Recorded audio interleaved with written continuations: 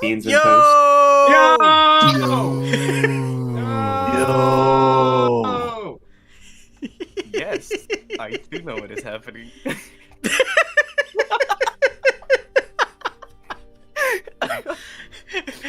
We're live. Nice. Nice. I assume that was the case, yeah. That's All how right. we start your streams. Got it. Yeah, Hey, it's Hey, Tail figured it out. yeah. That's how we start the streams, just because it makes so everyone We knows. give up on this letter. But the best part is whenever you delay your yo, so it starts another yo. Yo! Yo! No, why Oh. are we all like this? What are we doing? There's Doing- there's an army of kobolds in here. Doing things. It's the Kobold battle cry, I guess. So yeah, because of work and everything, I sadly can no longer be here to be annoying to y'all. So thank you all for dealing with my bullshit. Or bullcrap. Excuse me. And yeah. Catch y'all around. Don't get murdered. Boop all the kobolds you see on the snoot. Yeah, Alright. we did it. I'll see you And- on the battlefield. And yo. Yo! Wait, Yo! Yo. Yo! Yo! yeah, now you got See y'all. it. Good job.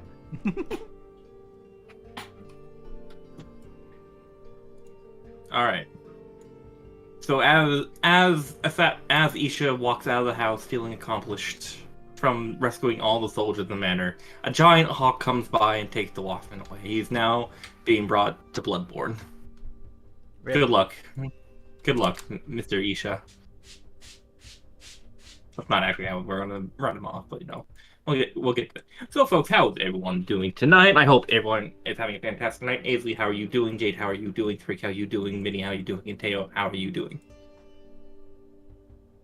Hi? I do good. I forgot the Yes. order already. Oh shit.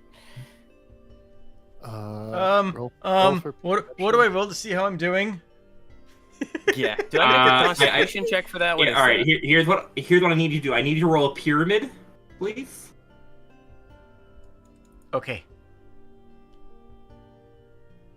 Also, what? Yeah, I need you to roll a pyramid, please. I got you. Oh, it didn't send it. Okay, hold up. Roll. Hear him. Yeah, there's a D4. pyramid die. Yeah, it's a Oh, D4. nice command. Yeah, Oh, yeah. All right. So you rolled a 3. So here's how your day is going, Jade. Jade, you That was have me. gone. I said roll a pyramid, and someone rolled a pyramid, Nice. and this was for Jade. So Good Jade, enough for me. you have now awakened from your slumber, and there is a cat on you, laying on top of you. The cat is asleep. What do you do? In character or IRL? Is this what happened to me today? I don't remember. This is IRL now. That Okay. happened to you today. I pet the cat. Okay, you pet the cat and then you fall back asleep. There you go. That's how you're doing today. Fantastic. Best day possible. Best day ever even possibly imaginable. And Sprig, you almost ready for Yes. Okay. So, folks, you may or may not recognize some of the people here tonight. This is going on for people. We are joined for the most distant future. We are being joined by Mini Diablo, as well as a newcomer who will introduce their character in a little bit. But Mr. Teo, would you please, since that was your first time at least here on this campaign, can you please give a little bit about yourself? Oh no. I wasn't prepared for a speech. Okay. Hello. Who are you?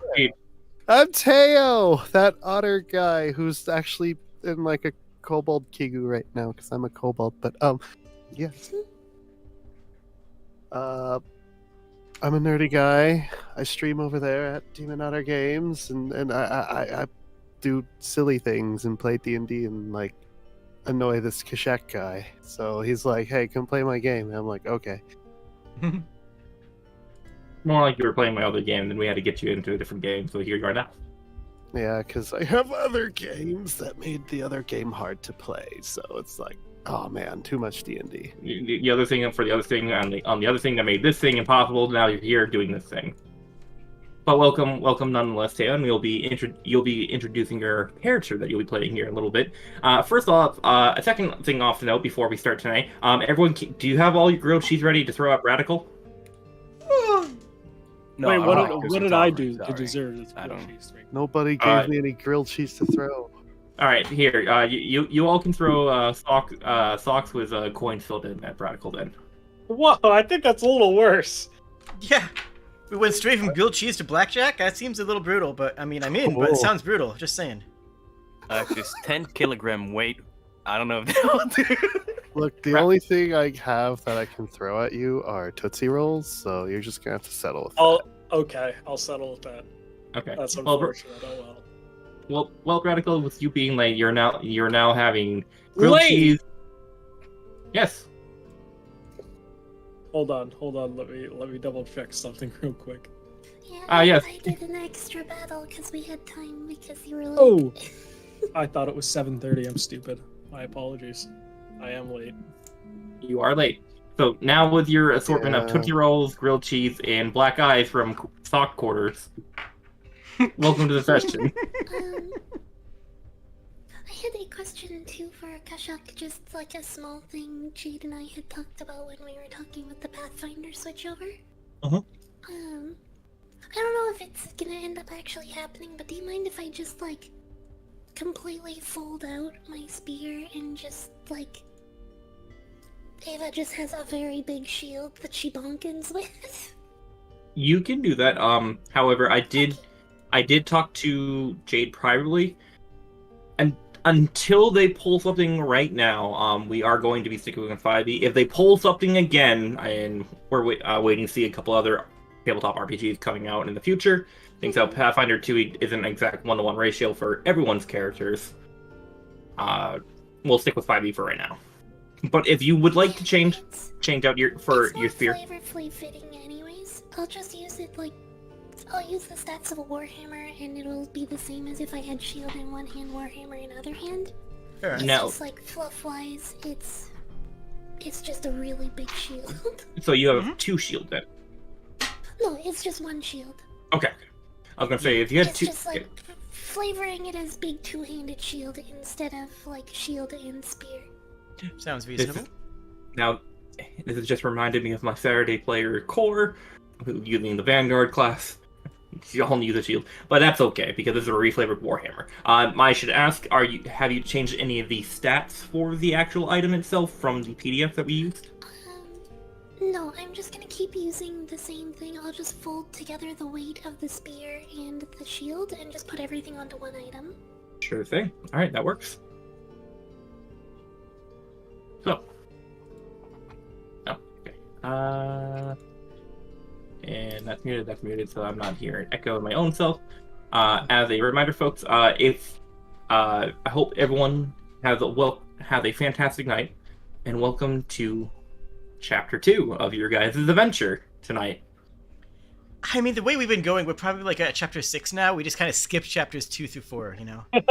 Look, for actual storytelling purposes, for the episode order, for everyone's thing, this is Chapter 2 for Notewise. That's fair. Chapter 1 was very eventful. It was very eventful. Or so here. So, seeing how Mr. Aisley was not here last week, and Mr. Minnie is new, let's give a reminder for folks, and also Teo, you were new here. Let's give a reminder of the inspirational rules very quick. Folks, if you head over to the journal tab to check out your handout, you should see in there inspirational rules, plus also a different item, which the other item will come in handy for me explaining lore to you, Teo, at a later date. The inspiration rules follow in this way. When you have a normal inspiration, you can either use it to either reroll a natural 1, or before you roll, give yourself advantage to a d20 roll. And if you give the recap from the previous session, you do get a d8 inspiration die that essentially works the same thing as a basic bardic inspiration. Ability rolls, attack rolls, and saving throws. And that can be added before or after your roll. Now, I think it is only fitting, since basically the whole thing that happened at the manor was the event of Earth Elementals going, I want my stuff back, I want my being back. I think it's appropriate that we have Asana give the recap. Oh boy. You took notes, right? You ready, Jade? Have you seen my notes? My notes are perfect and they're flawless in every way. Oh, perfect. Would you like to give the recap, please? So, we went to town and got a quest. The quest was to go bring some stone back from a quarry.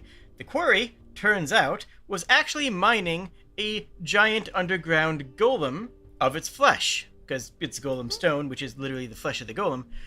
We realized that the golem was in great pain and decided, you know what? That's not cool. So we helped get the golem out of the ground. We sort of, unearthed them and said, hey, how's it going? We were told to bring parts of your body to this wizard in this town nearby. Do you want to go meet the person who was trying to have you flayed? And he was like, yes, I think that I would be delighted to meet the person who was trying to have me flayed alive. I would have some words with them. So we all got together and went to town with this giant golem friend. And everyone in town was like, what? The wizard's house is over there. To go to the wizard's house. No, not my problem. I'm not the wizard.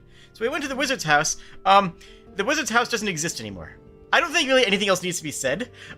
We went to the wizard's house, and now the wizard's house is no more. That's really kind of covers all the bases. All right. Indeed. Let's not forget about also how you create. Would you like to go on to explain Takaisen at all? I keep on hearing Taisaigen, and there's gonna be like one person in the audience who actually knows what that is. Anyways, wasn't that like the wizard, and then we killed them? No, Takaisen is one of your new. Oh yeah, that's the other golem. Yeah, we went into the house, and there was another golem that they were building from the meat from the first golem, which is stone, of course, obviously. And we saw this golem there, but like we tried to wake it up, but it didn't have a soul, and I'm like, that's very rude. It's very rude of them not to give this golem a soul. So I gave it a soul, and it woke up.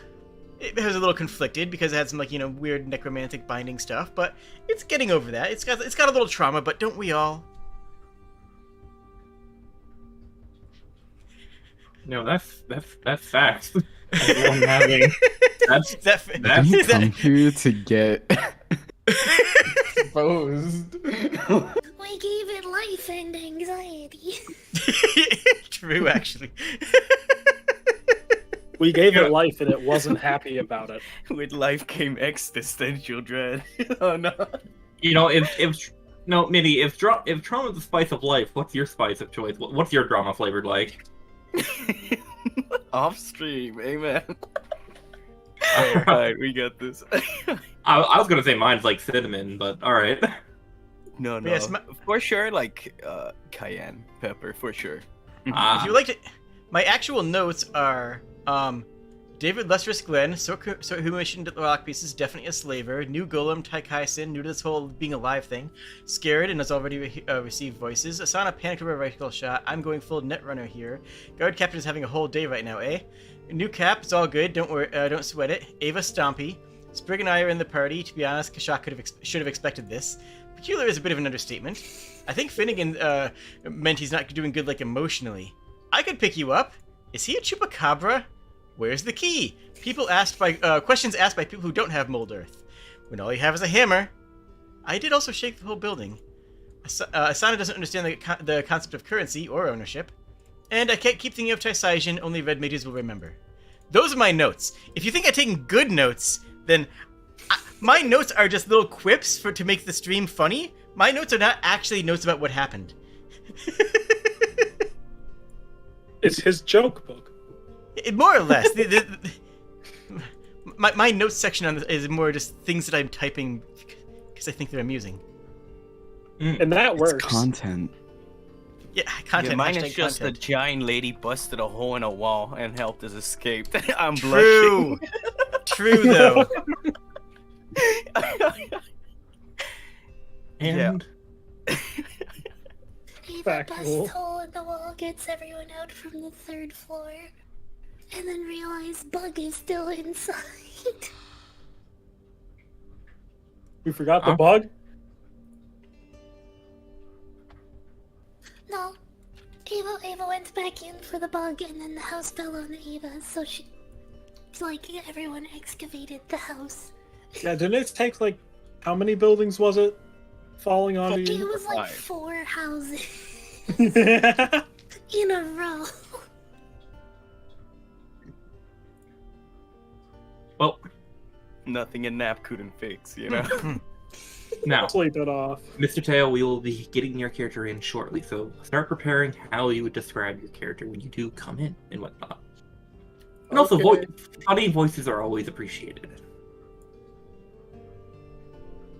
Folks, you have now, after Eva has landed outside the manor, the entire building has now collapsed in, well, some of the guards who were brought outside before are now just looking around as Bartholomew starts barking out orders to go search through the rubble and whatnot to search for survivors. Because not all his men made it out, but also not all of the people who are caught in the crossfire are out. Maybe they're alive, maybe they are dead. However, we do know that currently on the steps, Mr. Isha, the Waspman, having Fork by his side, just sitting down, petting Fork, just have his head down. There's several different, he's feeling the effects, and he's visibly sad. If Eva hadn't gone in, he himself probably would have perished. But thanks to the efforts of himself and Eva, they were able to bring out a total of 3 additional people who were unconscious. And as you went, sorry, you didn't jump out the window and whatnot. You went back inside the building. I forgot about that. As the dust settled and everyone is starting to gather on the corner, with Bartholomew no longer there.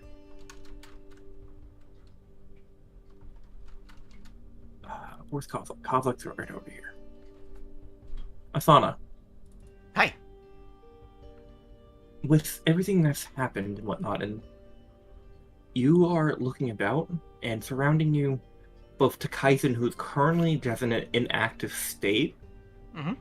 almost as if he's disassociating, basically. Mood. Kozak pops up from the ground beside you, just his head poking out, maybe up to his shoulders. Mm-hmm. He looks around and his eyes grow a bright blue, looking over to Kaisen. But then there's a rumbling noise, and he kind of just pulls one arm out and just lays it on the ground. Well, you can speak all languages. Finnegan, you're sitting right next to Asana, and Kozak just kind of popped out of the hole like a mole, but a very big mole. And he pops up for where you were standing, so you're currently now just on his head. Whether you want to still stay up there, that's up to you. But he is not paying you any attention. Yeah, he's like 3 meters tall or something, right? Yeah, but at the same time, this is now the second time in one day that Finnegan has basically been carried by Kozak.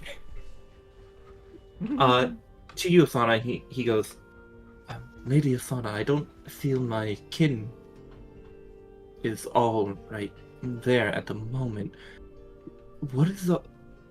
Now that we've rescued him and, well... He looks back at destruction, the disposal of the slaver's home. What is the next move, lady?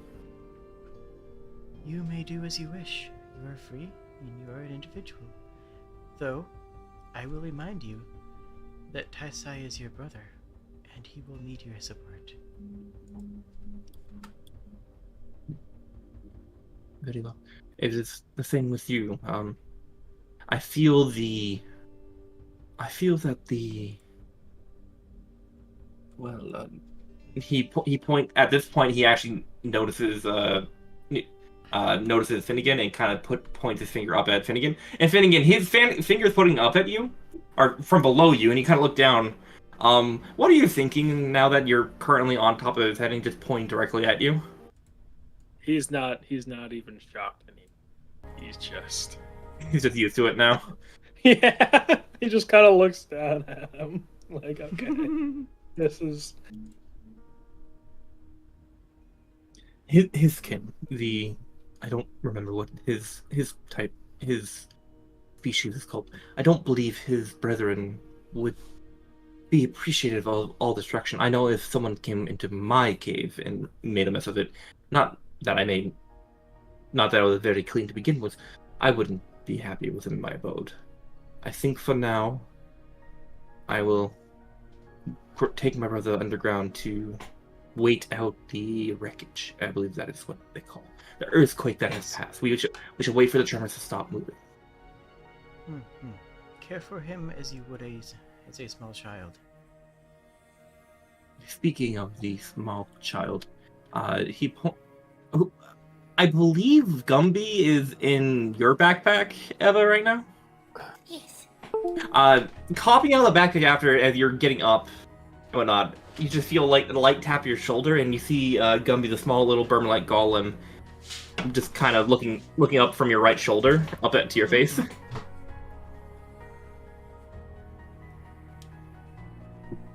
As he's looking up to you, he kind of points down to the ground. She'll pause in the middle of like knocking like plaster dust and stuff out of her hair to lower him down to the ground.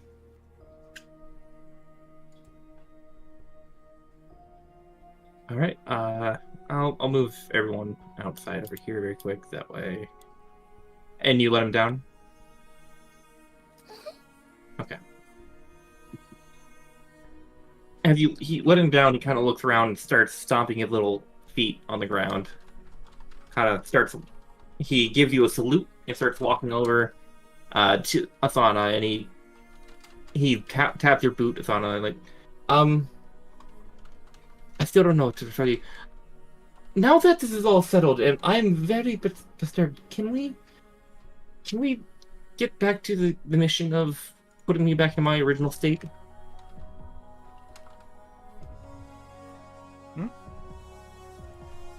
Yep, Gumby is currently just poking down at you. And it's on where he's basically like being like an annoying little child while you're currently talking with Kozlik. He's hugging on your bootlet, your boot.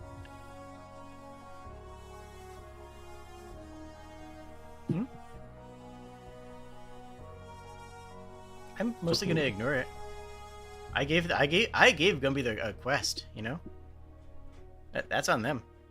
And as you heard, he goes in, he kind of gives a sigh, whatnot, and looking more into feed, he goes over to back over to Eva and kind of makes the gesture with both hands, like a raccoon wanting to be picked up, like a cat standing on its hind legs, or a dog begging for a treat, just staring up at you, almost pleadingly and defeated.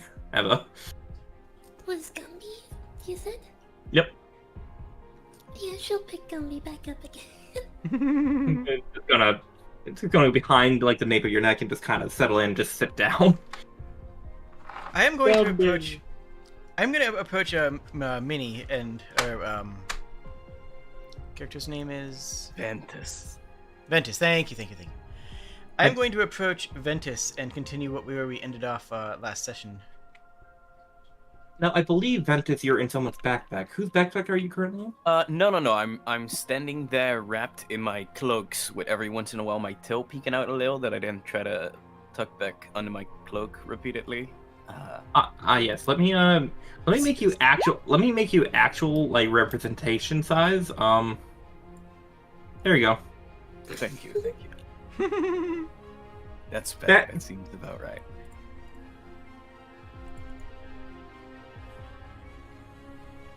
Well, hello there. What are you?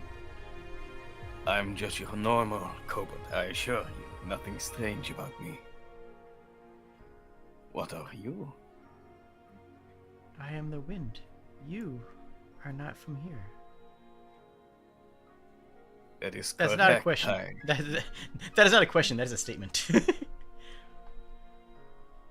That is true. I did travel here not too long ago.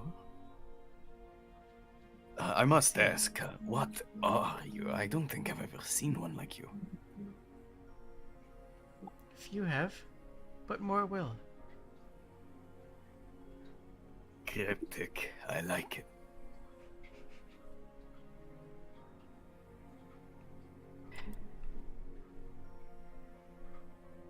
I would like to just kind of slowly close my cloaks more, just kind of closing my eyes with it, right? And just seeing her standing still will just work, honestly. Okay.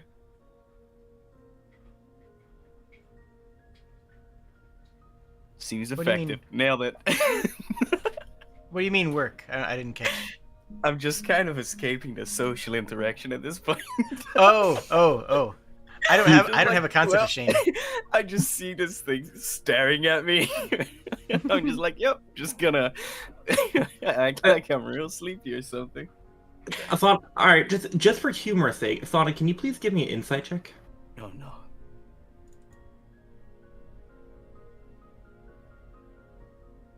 Pachow. A mighty not- 6. You're a little confused of what this little as he calls himself kobold's mannerism is. Basically, the only simulation that you can, or the similarity that you're coming to your mind, is basically this little kobold might be like a transitioning into a butterfly, where the worm, the caterpillar, is going into a cocoon, and he's now closed off from the world. Interesting. But don't mind me, it's just very bright out. I was locked in a very dark room, so the sudden light is quite shocking to my system. That is quite alright. You are safe now. I'm glad to hear. Thank you.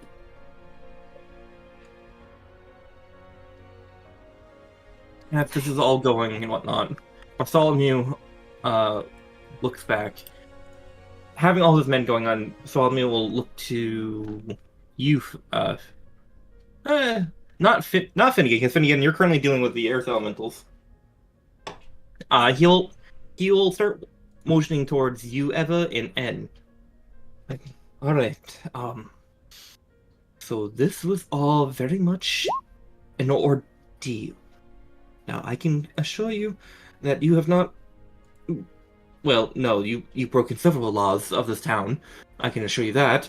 But I will make sure that is under wraps. But in order to do so, you and your compatriots need to get out of here before the rest of the town shows up. Because I'm assured that the destruction of this building, the man itself, the mayor's house, by chance, the founding family, being destructible, that would have caused quite a stir and a sight from a distance.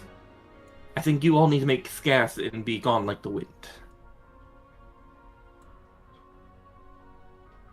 That does seem like a wise choice. How come I get the feeling that it's not the choice you will be making? It's not my choice to make. Well, from my standpoint, you going in heroic, it seems that you are the actual leader of this group in my eyes, so I would say this is a choice, but if you are more of a democratic selection where you all vote to choose, then More of please... a protector than a leader.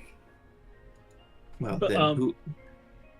Finnegan's gonna go over to roughly where the floor was with all the metal in it and try to look for it. The metal?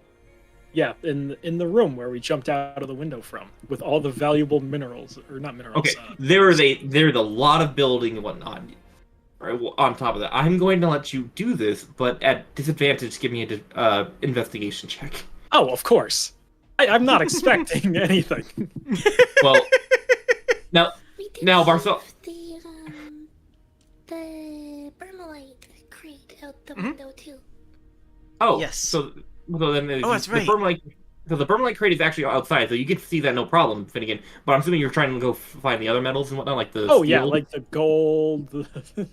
All right, go ahead and give me an Everything investigation check else, at disadvantage. Fair enough. As Bartholomew, the captain of the guard, goes over to you and... Well, it seems if she's a protector, you, Mr. Oh yeah, I'm not finding anything. I'm sorry, I never think I quite caught your name. He extends a hand to you, and... I am Bartholomew, the God Captain, and you are? Pleasure to meet you. Pleasure to meet you too. We have very limited time, and if she will not make a decision for you and your compatriots, you either need to vote or you need to make a call right now. What is your decision that you make? Are you going to be gone like the wind, or are you going to be here to the public eye? Now, I'm sure you may notice me. From a couple nights back, you and your fellow guards locked me in a cage overnight. I assure you that I was out on patrol, and I have heard reports of that, but I was not there personally. Well, then I guess you don't know this. I'm no leader myself. I just I've seen observe everything. Now, you have, you know what went on here. Are we guaranteed a fair trial if we were to be taken in from your compatriots? Or by your compatriots?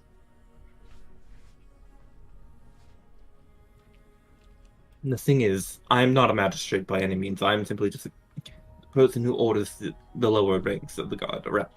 I can attempt to give you a fair trial, but I have suspicions that the exuberant David Lestorted Glenn, unless he died in that building, which I do not think he did.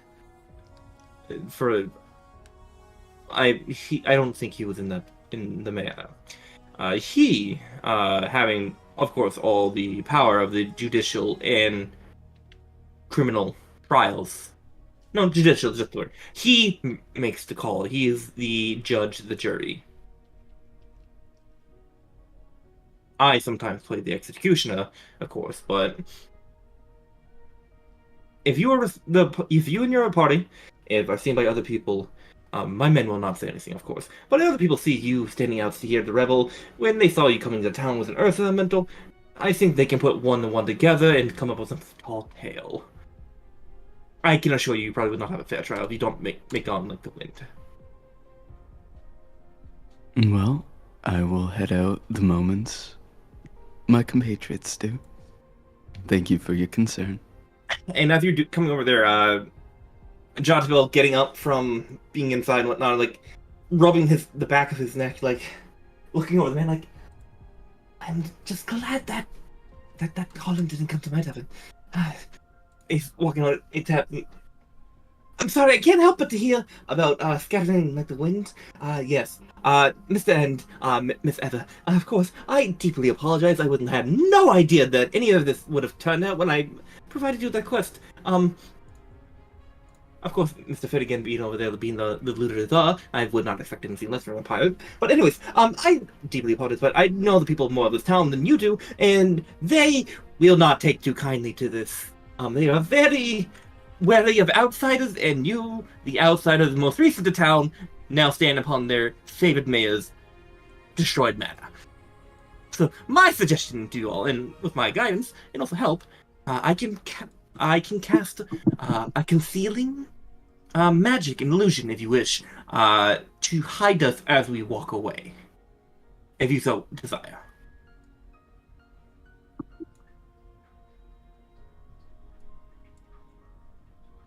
However, I would suggest we make this decision in the next 2 minutes, because either way, I will be gone in the next 2 minutes, whether you want my help or not. Finnegan, as this is all going on and whatnot, you can briefly hear like Jonathan like out in the background, because he's not saying quiet. Actually, he's talking in a very more loud manner. I just can't do voices today. Finnegan, as you're going through the thing, before unfortunately the investigation check, you do find some metal and whatnot. However, it's more broken pieces of different like broken swords at this point, not bars by any means, but you see like different coat racks, the metal pieces to that, and from there also in total you probably find like maybe 10 pitons, pitos, or items or metal pieces that could act as pitons in your investigation. You do find something cool. You do find a ring, And as you go to pull that ring out and whatnot, you realize it's attached to a body that's buried underneath the rubble. He's gonna take the ring. You take the ring. However, as you go to take the ring and whatnot, you actually kind of pull the whole hand. And to save the description, you're holding a hand right now. He's gonna try to shake the hand, like the ring off of the hand. The guard next to you, who's now just waking up, like he was knocked out since the start of this whole thing, kind of looks up and looks at you, just holding and shaking like a. Well, you can only assume it seems like similar glove attire to the guard, like his own. He looks at that and he just immediately goes like green in the cheeks, and you just hear the puking sound. Which actually he turns the corner and not even seeing you, Ventus, he pukes directly onto your cape.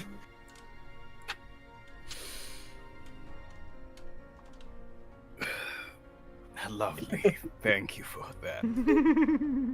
I'm glad to see your legs are doing fine. I walk away. At this point, this has all happened, Asana. As you've turned around, you heard the rumbling and whatnot, and Kobold has kind of pulled Kaisen into the ground, and the earth around it has actually started shifting back to our normal state. There's a large like dirt circle right there. No grass, of course, but the track is covered. It's almost like if people cut the grass in circular motion and like put like a giant flower pot vase right there. But the true elementals are gone. Okay. I do think it would probably be wise to leave before anyone else gets here. I completely agree with that, Miss Eva. So, shall we? Finnegan's still trying to get the ring off the hand. Oh, you've gotten the ring off the hand by this point. Okay. Thank you. The ring itself is made of a copper banding, and it's not just pure copper and whatnot. You actually see different engravings. What languages do you know? I believe Dwarven and Common. You see different engravings, like what seems to be different script, but it seems more elegant and smooth than the Dwarven or Common tongue, so you don't recognize it per se. But on top of the ring rests a green green. What is that one? Emerald. A little green emerald put into the copper ring. And it actually shines pretty glow as you pull it off and kind of put it in your hand. He's taking the ring. You can add now emerald copper ring to your inventory. Fantastic. Oh, and as that's going on, Dr. Bill no more talking more frantically with his hands at this point, like opening his claws and going. So yes, I suggest we take Miss Eva's suggestion and you follow me, and maybe we can lay low at my tavern, of course, until dinner time and where I would have to be appearance. But you all, of course, could hide away and stay out of sight. Anyone care to join me? We had intended to meet with the Lady of the Woods anyways while we were nearby, right? Perhaps we should go look for her to at least get us out of town. I do not know this. I do not know this Lady of the Woods that you are speaking of. But if that is your wish, by all means, you are on your own. Mr. Finnegan! Yes, of course, you. Yeah. I hereby relieve you of any debt owed to me because I do not want to be associated with you. If you are going down for this, I will not be going down with you. Okay, Mr. Finnegan, you are now free to debt. If you want to have any more work, of course, please stop by my thing. And also, don't forget, I have, technically I owe you money for the payment. Yeah, this goes above and beyond the declaration of duty. Stop by my office later on in the evening if you're still in town. Good day! And he will snap his fingers and he will disappear. And you all just see different footprints in the grass walking away. Smart guy. I like him. What did he say about payment? He said your debt's forgiven. He Yeah, but also called you to his chambers later tonight. Oh my. Yeah, Yeah, but am I getting paid? I can always rely on Ainsley for misinterpretation of words and playing telephone, basically.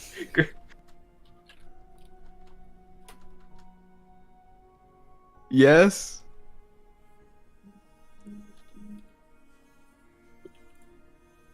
What? What?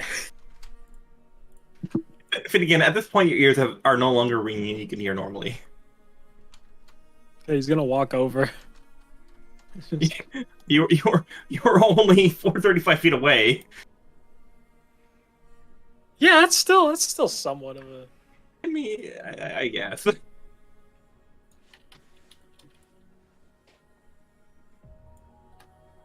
As Bartholomew looks over the horizon, you all need to make your decision very quick because I can see people come over the horizon. So you guys ready to head out?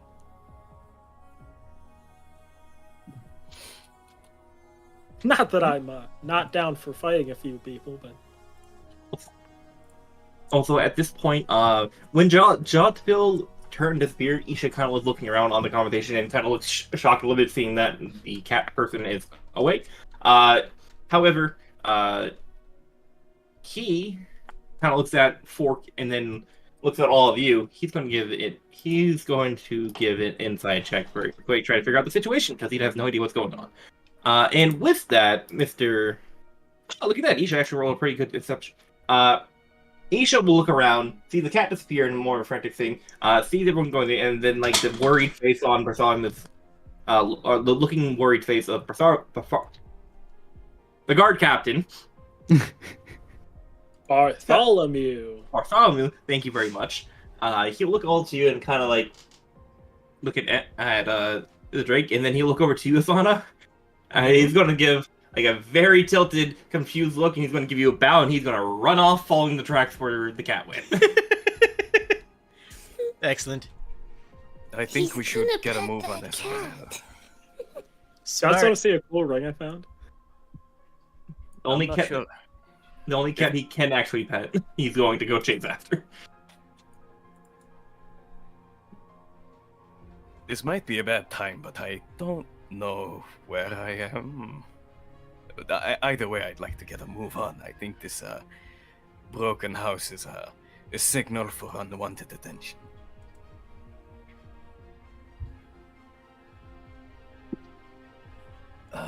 What direction is away? I guess. I assume you guys know the town better than I do. He's Nope. southeast a little ways back to our wagon. If you would be so kind, I would love to follow.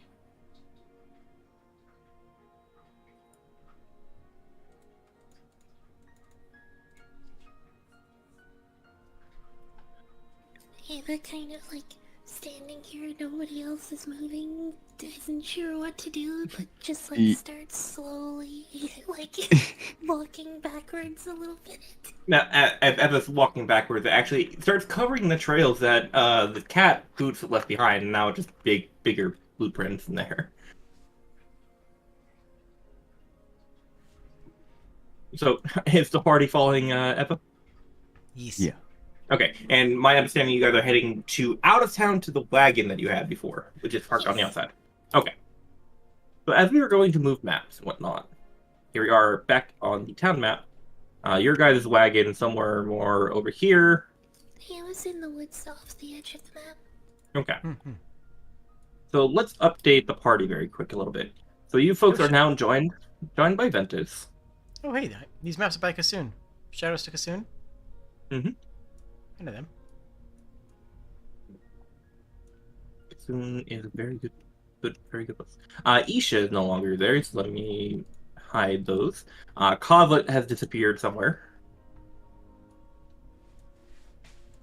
Sin is here. So the updated party is as so. Let's make Finnegan go smaller because Finnegan shouldn't be so big. If that's the case, then we should also make Ventus smaller. Yes. Yes. Perfect. You're the Level only tar- person I think I've seen happy to be small. My name is Meanie. I can't help it. No, it's fair. honestly fair. All right. No, no. The smaller you are, the more you can move, but it kind of is like proportionate to how big you are, so it really doesn't change much. We'll The do more you that can there. move, but at what cost? I feel so fast right now. Ball Yeah, it's in. more of a feeling faster. Yeah, you gotta just like ball in, but at what cost at this point? Oh yeah, it's the cost. Wanted fugitives almost for the town. Hey, they never saw our face, so Sounds more like the town's problem than our problem, honestly. yeah, be exactly. I'm just saying. I just Maybe saw what don't happened. have an evil mayor. I don't know. Yeah, exactly. Just like don't have a genocidal mayor next time. Right? Yes, we that's hate not a those. me problem. If anything, I solved the problem. Okay. Exactly what I'm saying. You get it. And by I mean specifically Eva.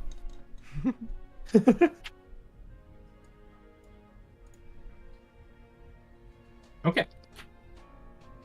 So, as you guys go to the outside of town, and as you've gone away, you see there's a massive crowd. Maybe, yeah. Some of you can. Finnegan, you've been here for a long time. You've seen roughly around 90% of the town walking towards this spectacle that has happened. Notable people that you see walking towards people that people recognize. Among the NPCs in the crowd that stand out, there is Hank and Grok, the orc boys from the previous town that Eva had to throw out of the tavern, as long as John DeVille. There's also Alana carrying Eleanor, trying to figure out what happened and where her boss went. Last thing she knew, her boss was whisked away to the manor, and she's trying to make sure that her boss is okay.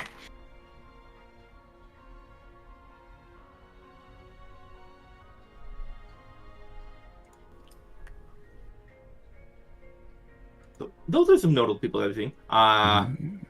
Heading straight towards them? No, heading towards where the manor okay. was. Not to you guys are not right. Well, actually, Oh, so they're coming from the town, right? they're coming from the town, and you guys are kind of heading east away from the town. If I remember right, that was the manor.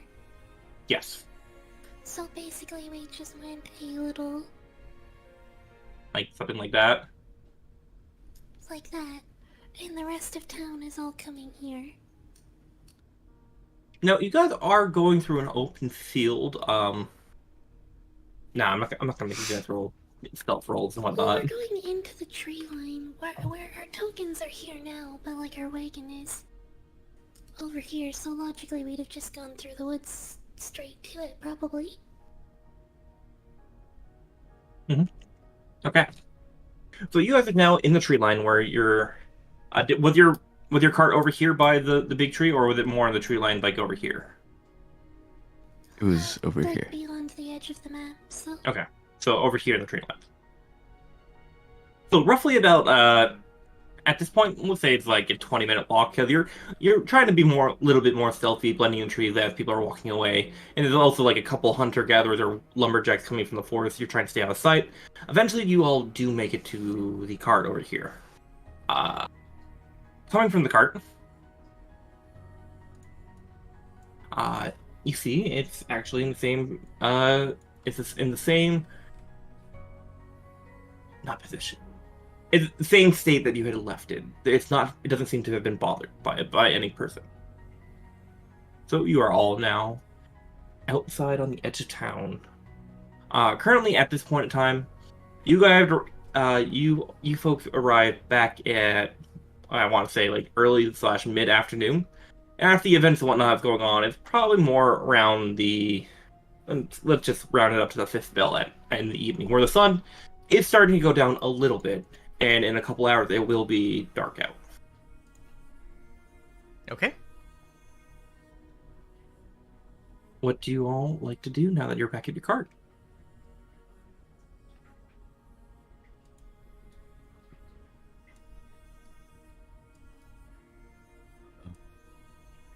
Before we continue, since I wasn't here last session, who exactly is Ventus? If we know anything, or like how he Yes, that wasn't actually brought in the recap. Weird thing that we found in a cage. Well, weird is kind of like subjective, I'd say. I'd say pretty normal. Just your average kobold. Look, I'm just saying that we found a weird thing in a cage. Interpret that however you desire. I saw him drinking blood. Okay? And he made an entire room dark. I don't know how he did it. Nor do I really care. I like and that guy. and He's last just session while you were hunched over and like talks creepy. He's creepy. He's creepy. well, you were not here last session, Aisley. N had discovered wanted to check upstairs and whatnot, and had discovered a secret passage along with Finnegan. Now, you felt some form of connection with this creature that had drawn you there. However, we'll have to discuss that outside of session and whatnot. The type of Yeah, connection. you helped me escape on your back, I think, so it was very nice of you. Yeah, thanks for that. Yeah, it was great. I think that's about as much as you know, right? Not as much as you know. Yeah. All right. Thank you.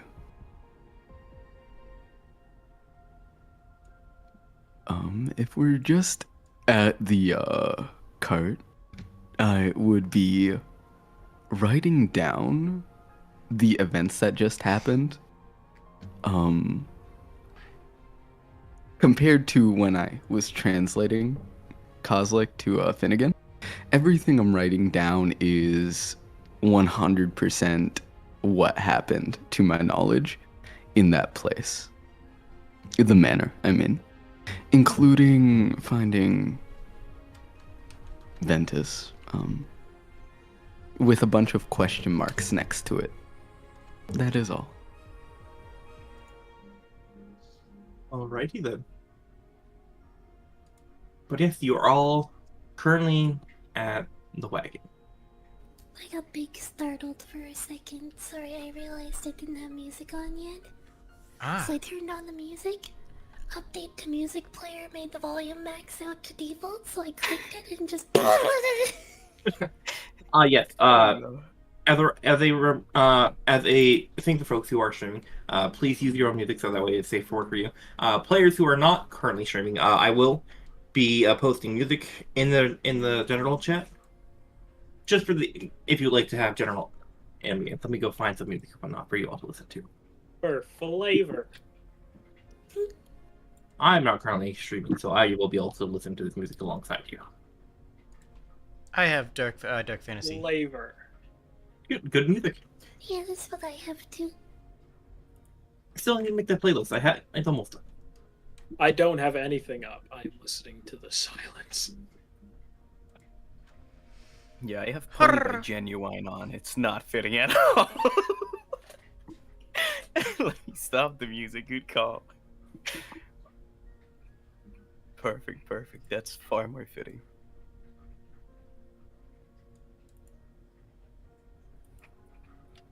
It's not the right. But yeah, you folks have the time. Right. Is the cart does it have like a covered back part or? There is no tarp to cover the back part per se. It is a 2-horse cart. However, I believe it was Eva pulling the cart for, so you actually don't have any. No, I have. Oh, that's right. You have an ox. You have two. You have the 2 ox. 2 bison, I believe is what it was. So the 2 bison. We'll go with bison if it wasn't before. The bison are currently still milling about at the cart. They are still tethered in and whatnot. However, they start as they see you approach. They start kind of taking their front hooves and start dragging it across the ground and whatnot. They seem a little bit restless, like they want to be detached. Well, if we were not there, they were probably just posted, not in the harness. Okay, so they were able to roam around. Some movement at least. Okay, so they had some movement. There's some They have taken up posted while they're resting. There is no tarp per se, but it is in the tree line, which does cover some of the sun. That does to answer your question. Ah, perfect. In that case, I would let my my cloak just kind of hang instead of wrapped around me for a bit. Mhm. And I will take a bow and I go, pleasure to meet you. Thank you for getting me out of that place. It was unpleasant to say the least. So how may I be of assistance? I must repay this favor. I insist.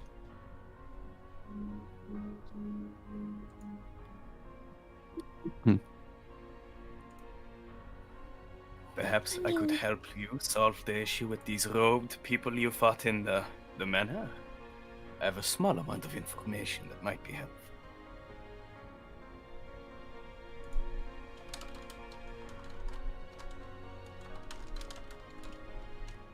I may be interested in something like that. Maybe not No. right now, but Of course, where are my manners? The name is Ventus von Rattenstein. It is a pleasure to meet you. I take Von an over-exaggerated... von Rattenstein. Yes. I take like a over-the-top, like, courteous bow, right? It's very extra. I love it. If you take your very over top card bow, there's some sunlight still peeking through the thing, so part of your tail actually gets hit by the sunlight, and you feel very intense, sharp pain. I went like you can see it on my face, but I don't break form, right? Like your forehead's still an inch from the ground while you're standing.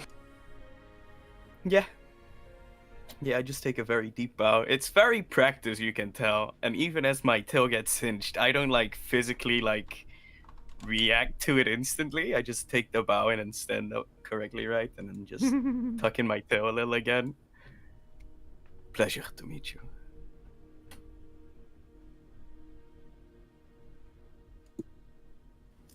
Ava, and like just a small curt nod, and then takes the stake up for the for the bison. I remember having the names somewhere, but I don't remember where I wrote it down. Oh, yeah.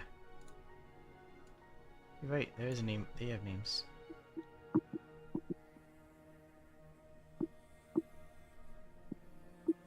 There it is. Orvo and Olis.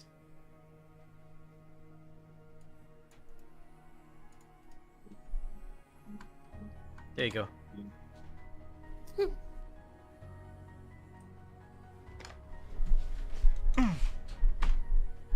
Basically treats them like overgrown puppies for a little bit. As you should.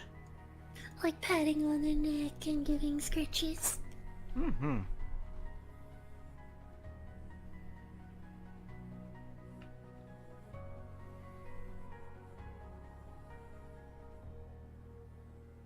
As you're giving them scritches and whatnot, you kind of give a little and lets you kind of lift the chin a little bit for that way you can get underneath it. And as it's doing, the tail just wagging so happily that it's actually hitting the tree, tapping the tree bark and whatnot, giving a little bass, just very on-beat tempo. If you had a bard, this could make some form of a backdrop for their melody. Mm-hmm.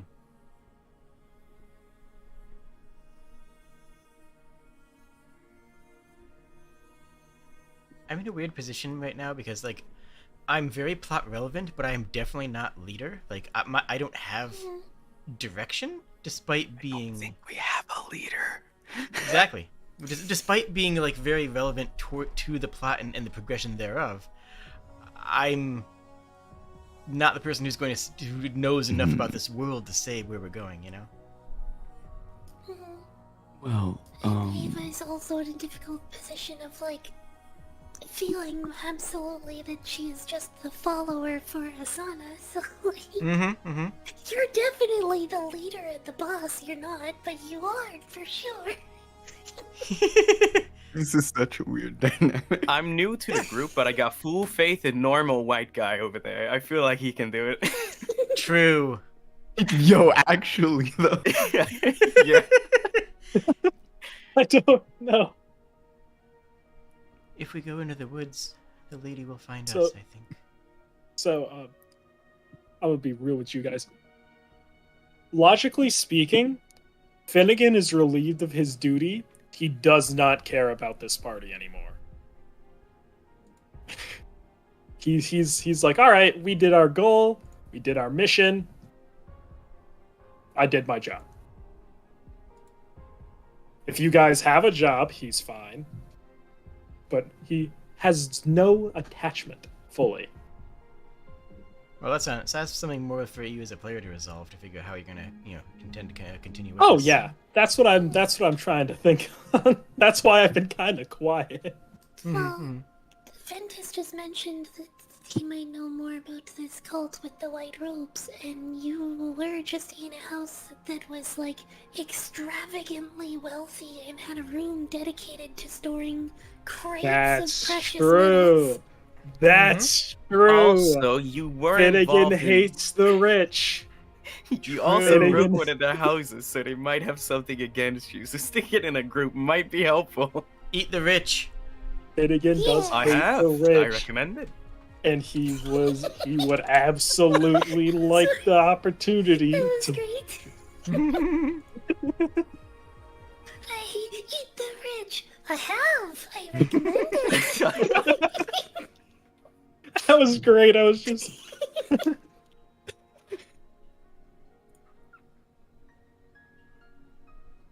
Yes.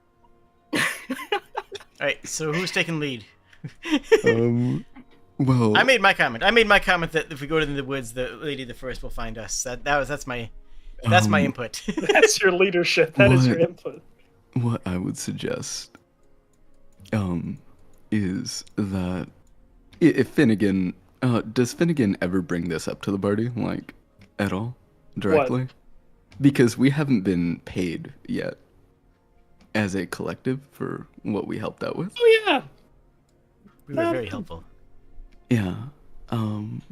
So if that came up, I would suggest that we go visit the tavern as a group. Yeah, let's go get paid.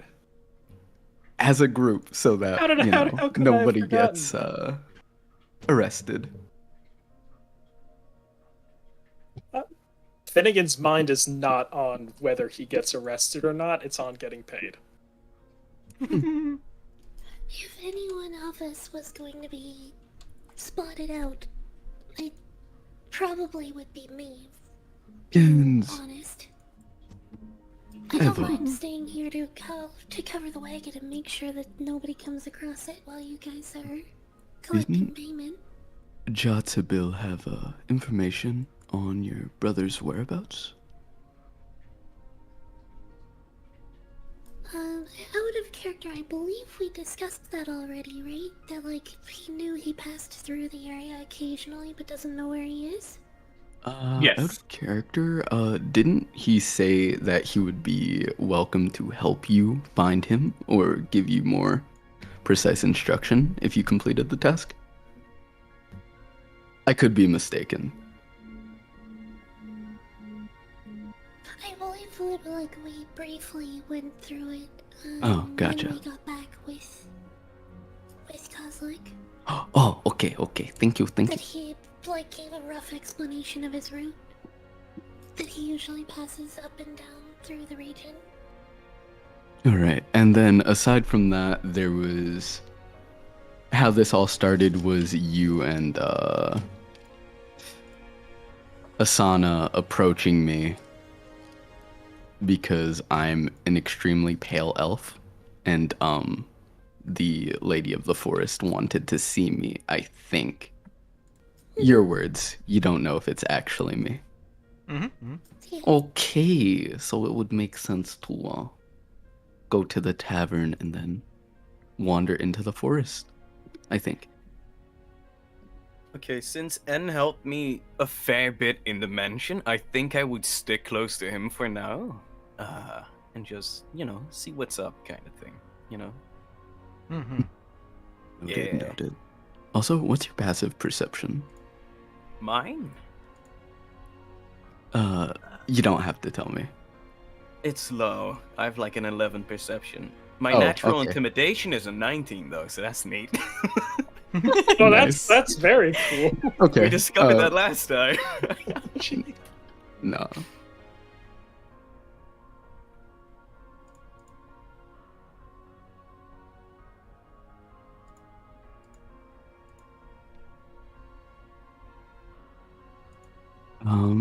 Yeah. As, he, I as you're still think we giving as you're still giving Oryx chin scratches and whatnot, Orlis has decided to sneak up on you, Eva, and is actually kind of like nuzzling your other hand that you don't get free.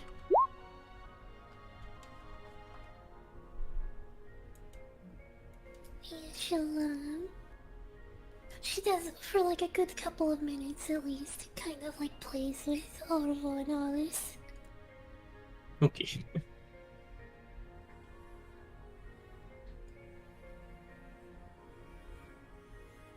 And then after that's just going to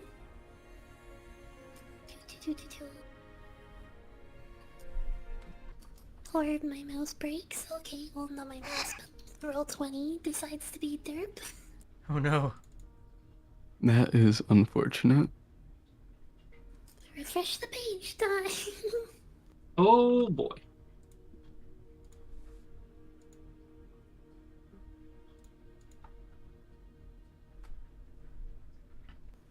But Ava, like, knowing that she's not gonna be able to, like, slip into town unnoticed, kind of thing, is gonna focus instead on, doing some work for the camp. Just, like, disguising it from the road, making some, more shelter so that not everyone is just trying to share the wagon. Make kind of a overnight camp for outside of town. While you're doing that, I'm going to talk to you.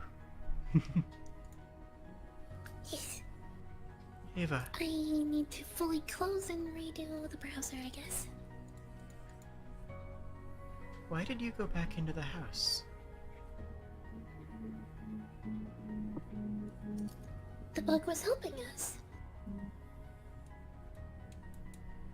Yes, but you could have been hurt. So could he. But he's Plus, not there were one the of guards. us. They're just normal people who didn't choose to like do evil things. They were just getting paid so But they could feed their that's- families. But that's exactly it. They are normal people.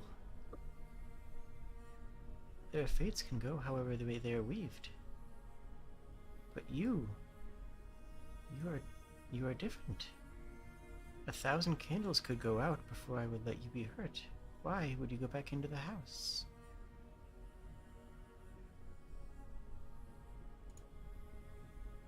Because they were lives that I could protect, so I chose to. I see.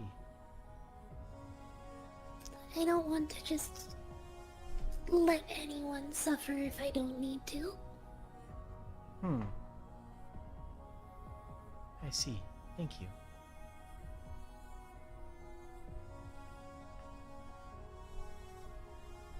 May I see Gumby? And she'll, like, try reaching her. Oh no, her bag is down on the ground now, so she'll go over to her bag and open it up to look around for him.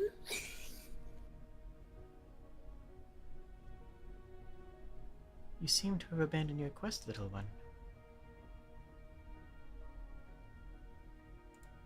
As he's like, I'm assuming you're like opening up the bag and whatnot. So he's currently inside the bag, and like he looks up at the light, or the new light and whatnot, looking at it, and you can just see just Gumby kind of holding his legs to his chest and whatnot in the thing. But he looks up, like very briefly, like one, almost like if like one eye's closed, maybe he even wasn't napping. You're not quite sure Rock's that persona, but he's looking up at you, and as you say that, like.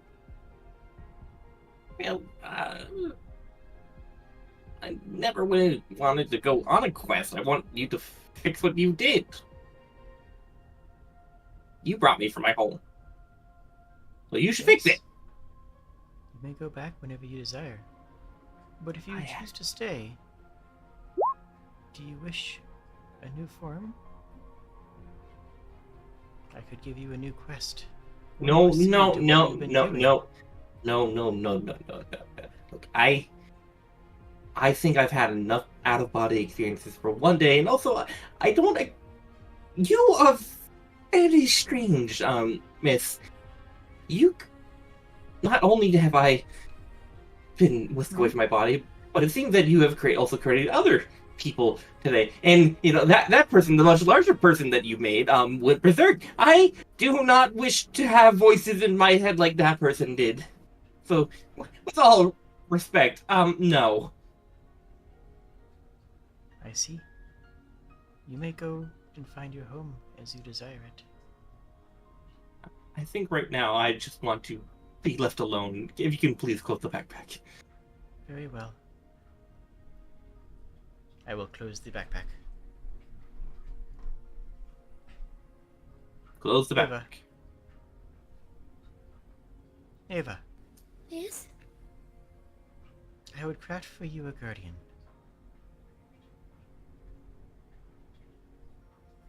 Sorry, I didn't. You would what, a guardian? I would craft for you a guardian.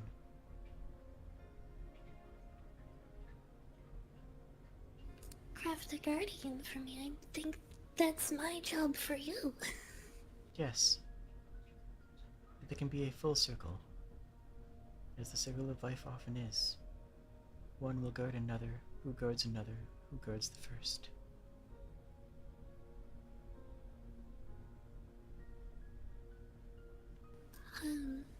Alright then.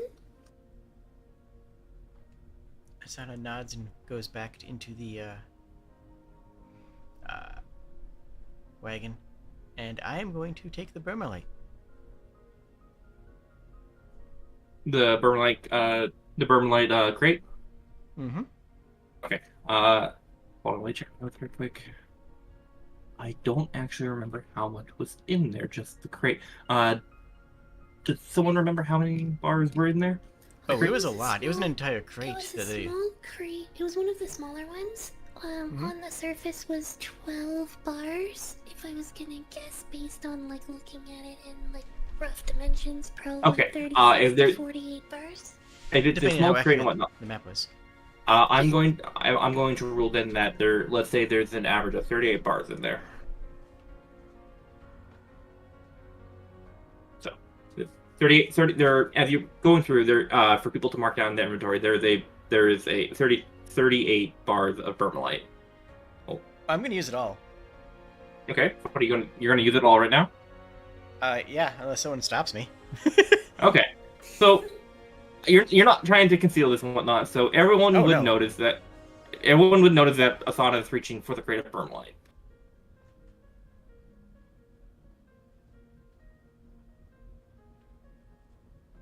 I'm going to begin Then- molding. Sin's going to get into a position to watch you attentively. Yeah, I'm very intrigued by what you're doing.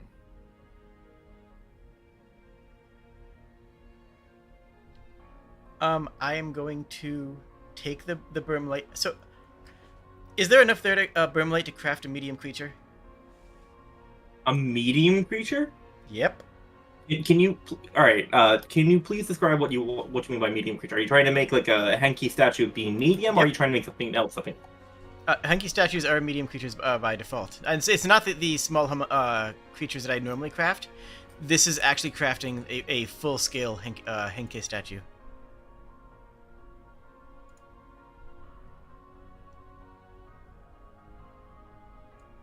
Okay. So if you want to make a medium creature, and whatnot, I'm assuming similar size to you. I will say. Hold on. And if not, and if not, then I will take hard stone and clay from the earth, rise it up with with a combination of mold earth and the other spell I have that lets me find it. I forget what it is, and Okay. then use that as a core and encase it with Brimlight. Mostly, clay and iron. I think are the two I would use. Okay. Most. So if you want to use the clay and whatnot, I'm going to say if you want using. Actually, I don't believe you have any iron. You only have the Bermlight. Have you? Oh no, I was You meant would if have it's to go like find- if it's within 30 feet from the surface, I can just pull it out. Roll me very quick. Even for odds, roll me a d4. You call even to odd if the iron's near the top. All right, evens it is. All right. Crit. So there is iron. Crit. there is iron near the top and whatnot, and as you start extracting it, with the iron of that, the mud and clay, I would say would only take you roughly around 5 bars of Bermlight to make the medium statue. If you want to use clay and whatnot as a base. However, if you just want to do pure iron and Bermlight, it's going to take you 15 bars of Bermlight to add the support structure alongside the iron that you find. Iron and Bermlight with the clay just as a soft barrier between the two, and then a layer of clay on the outside. The clay on the outside will resemble flesh and clothing. Okay, so you're going. Did you make like the skeleton basically out of the strong metal? Is that Yep. the vibe? Mm-hmm. Basically, Nice, the core of it is the iron. It is insulated with the clay, and then it is shaped with the Bermlight, and then it is adorned with clay on top.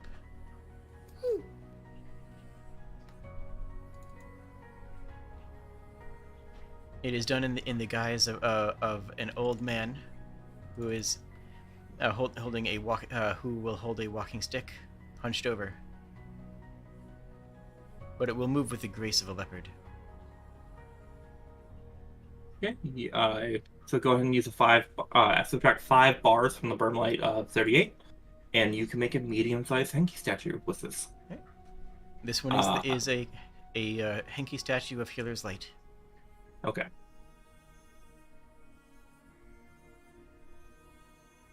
Let me look at your Henki statue very quick that you currently have. Because these last until they're done, so. Destroyed or dismissed. And you can only have one active at a time? Well, there's only one greater statue. I can have one or two of the tiny ones, but those are completely different ability and sets. So, go ahead and add this to your Henki statue's character sheet.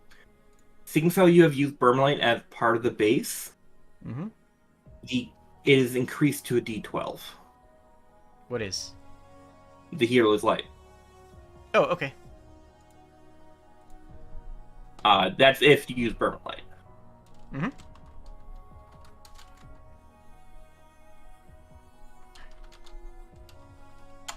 All right. I will. Question: Does crafting it with Bermlight give it its own soul? No.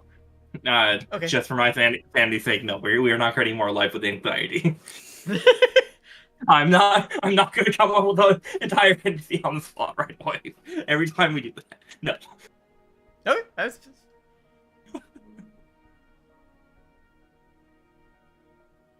Anyways, this is not hidden. This is not obscured. This is not done in any sort of, cloister or hidden region.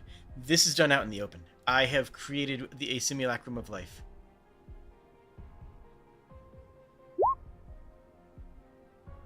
To do with that information as you desire. Okay. So at this point, as people are starting to get more in downtime, a couple hours have started to pass, and now it is roughly the 7.5 bell at night. The sun is starting to set, whereas the sunlight is no longer the god rays peering through the canopy of the Inventus. You are no longer restricted. The fall of night. I stretch slightly. Just like stretching, just like the cloak completely unfurls, and I take a deep breath. Don't you just love this beautiful scenery?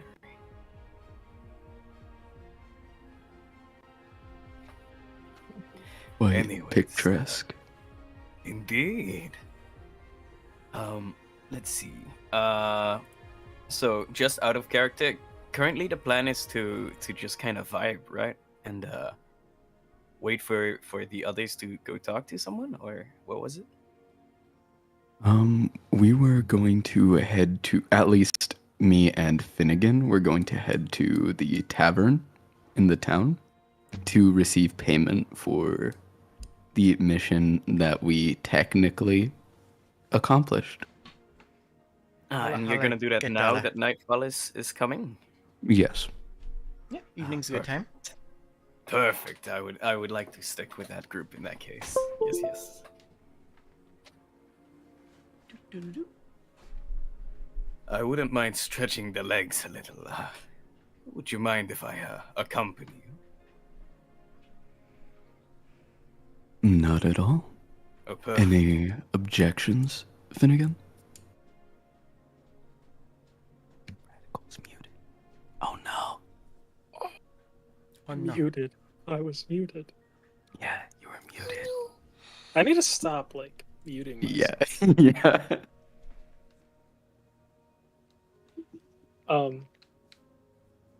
I don't really have a way to stop you, so Perfect.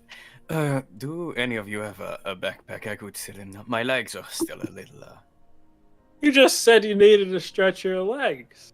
Do not worry about the minor details. Excuse me. It was a figure of speech. I meant to simply go sightseeing through the town. You can see from down there. The old man is going to walk over to you and put his hands out.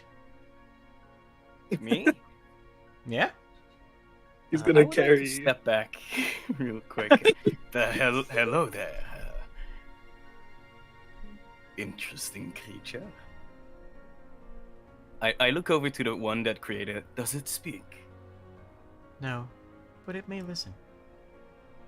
Interesting. Is it harmful? Be honest. Does it need to be?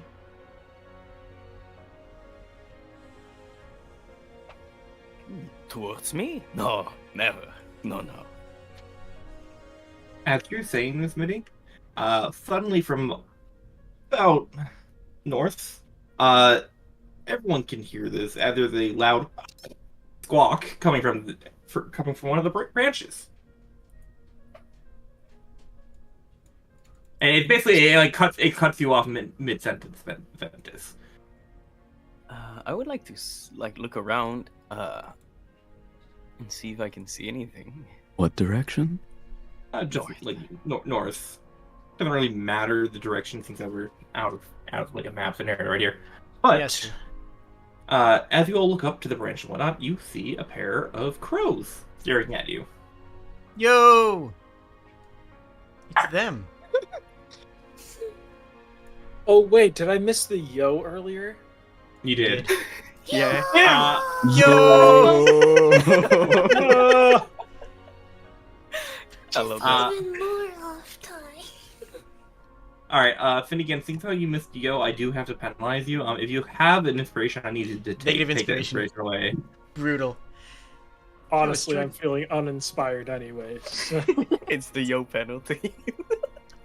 We need to get Teo in here. They're just kind of vibing this whole time. So, Mhm. as the crows are kind of looking at at all of you, you can't really tell apart who's Fred and who's George and whatnot. But Fred and George are there. They're kind of like tilting their heads at you all. Fred and George. Fred and George. Fred and George have arrived. I will regard them. I don't know who Fred and Evelyn's George. gonna greet them as well. Hi. Evening, Fred. George.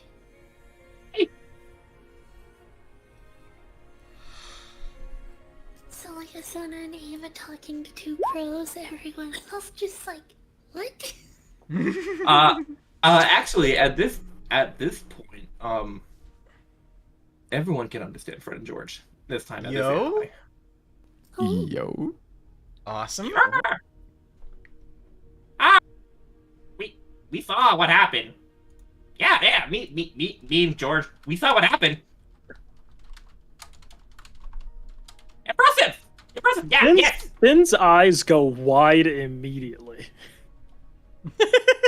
In response, as Fred is the one talking, whatnot, as after George, George will turn to you, Finnegan, as you go that, and his eyes will actually bulge a little bit out of their sockets when you go wide, and just stare at you. No, I want to be clear. It's not wide out of surprise. It is out of excitement. Yeah, and that's the game, and they're matching the energy with you. And Fred is going to continue talking. Yeah, me and George, we're watching at the same time. Also, our friend was watching too, and whatnot. But impressive, yes. The cult, two cult members at least dead. Yes. Verbally very strong. Yes. Golem you made. Yes. Impressive. Lady impressed. Lady wants to meet. Big Bo.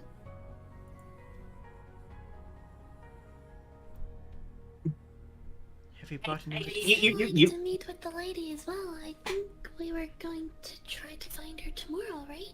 Oh, that's right. We were sent to you, and I'm sorry. I'm very rude.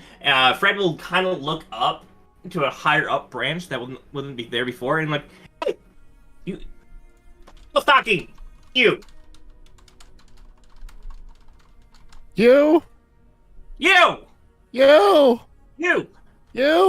I'm talking. Stop talking. No, I'm talking. Not stop I'm talking. talking. No, I'm talking. Okay. Good. And as you all look up and whatnot, there is a voice. However, with the light now more dimming and now the shifting, as this voice is now audible and can be seen, you start to notice there's actually a figure above Fred and George. However, George is not paying any attention. Fred is the one arguing with this creature. As Finnegan, you are having staring contact with George at the moment. By the way, give me a Constitution. Give me a Constitution saving throw, Brad, to see if you can out-scare the bird. Oh yeah, of course. Mr. Teo, as now you've made yourself oddly known and people can actually see where you are at this point, can you please describe what they are seeing? Why is this when I roll a nat 20? Perfection. Only the important You things. have to win that staring contest. But anyway, you would see another bird creature sitting kind of on a branch above, more humanoid. Well, actually, I guess they're all humanoid. Dark feathers, dark beak, dark talons. Just kind of chilling on a branch in his dark robes. And just intently staring down at everybody. I lean over to Anne and go, is this sort of thing normal around here? Finnegan's No. actually not surprised by this. This This is the one thing that he's like. No, this is the one thing that that he's checks out. like, Yeah, no, this he is knows normal. about this. This is the one. Like, he's seen. All right. So let me get this straight. A dark being dressed in dark clothing in the dark. Yeah. We were joking about this earlier, but it is literally just Birdman. Who- This is why I am a changing dark the being thing. doing dark utterings in the middle of the darkness while draped in dark. Who are you? Mini Diablo? I don't know, but anybody who has the passive No. over 15 He's a dark figure cloaked might in dark. notice there's holes in my robes. Okay, that's different. Yo, Oh. is this just Ventus but avian? No. Not nearly enough red parts. Clearly different. Oh, well, how do you know, huh? Maybe he has red feathers underneath the dark robe that he can't see red. Oh my god, new best friend. Exactly. In that case. Exactly. But continue, Teo. Sorry. That's about it. I'm just a crow in a robe.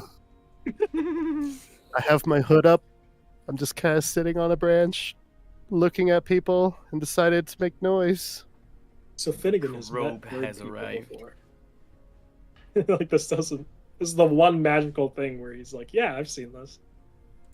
Yeah, this makes sense. This happens. Whatever. Finally, something normal for him. Right? Change of Yeah, pace. exactly.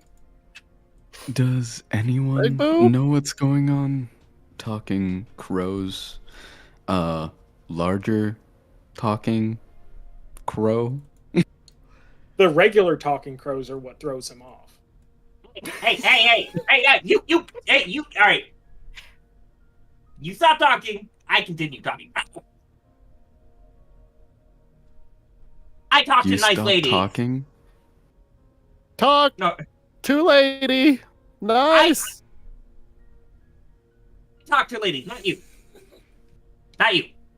Bad bird. And kind of flies up and starts pecking you on the beak. Ow. Ow. Ow. We be nice. You be quiet. Okay. A shot, and he starts taking his talent and like trying to wrap you around. They have to start just wrapping around your beak, and as he's kind of flapping whatnot, George at this point has breaking concentration of staring contact, Finnegan, and you've actually won. You can feel accomplished, and you now have +1 to intimidation rolls to birds. I guess I don't know. That's a lie. Yo. I'm sorry. +1 circumstance bonus if we were playing Pathfinder to bird staring contest. All right, I'm sorry. Sorry, Sprig. We have to. Be like. Sorry, we have to actually switch over to Pathfinder now because Finnegan has to evolve at this point. It just has to be a thing. But anyways, as George now blinks and whatnot, he snaps back right at where Fred left off. Yes, we talked. Me and Fred talked to the nice ladies, not you. You can talk soon, but yes, the lady would like to meet. I am quiet. Currently, your beak is being muffled by Fred. Like he's wrapping his Hold on. sound around you.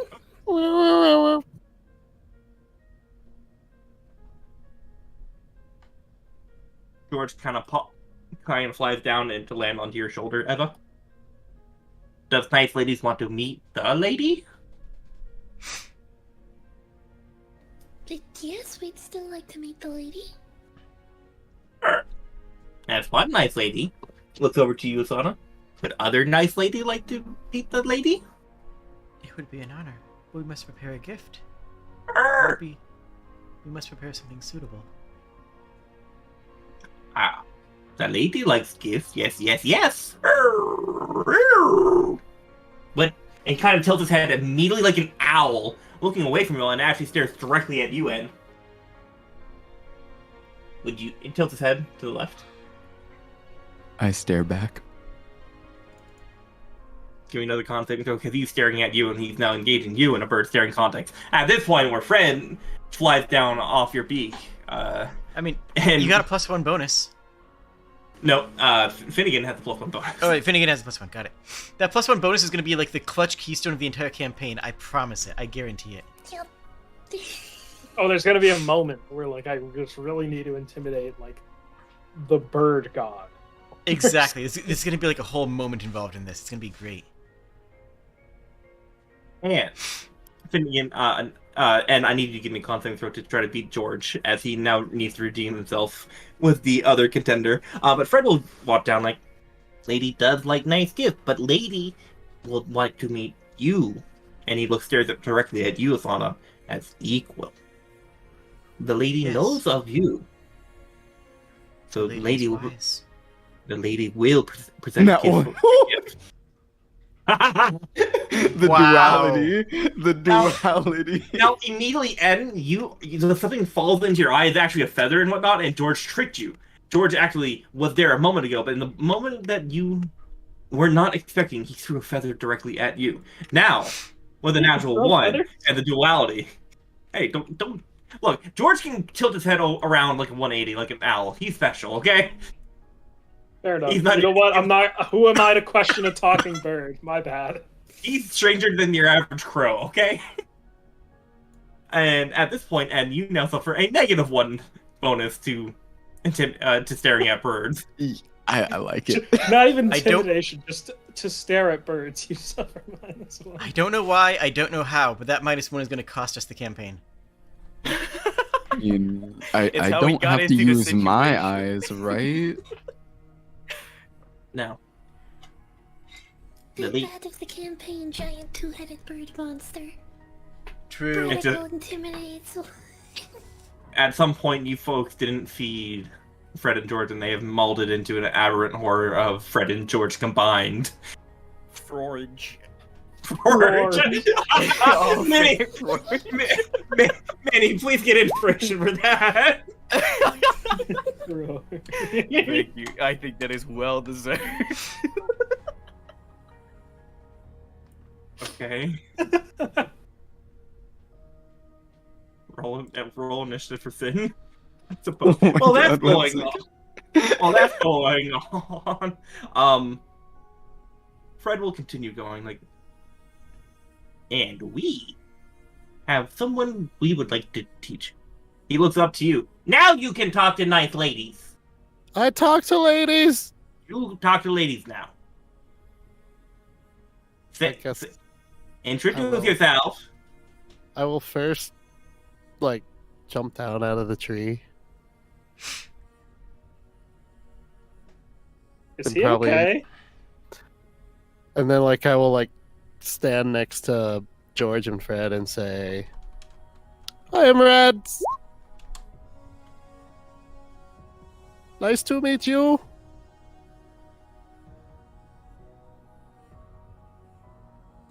Welcome. What's his name? Rats? Raddies.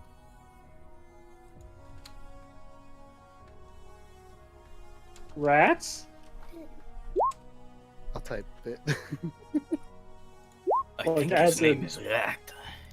Oh, Nice to rat. meet you too, Radis. Raddies.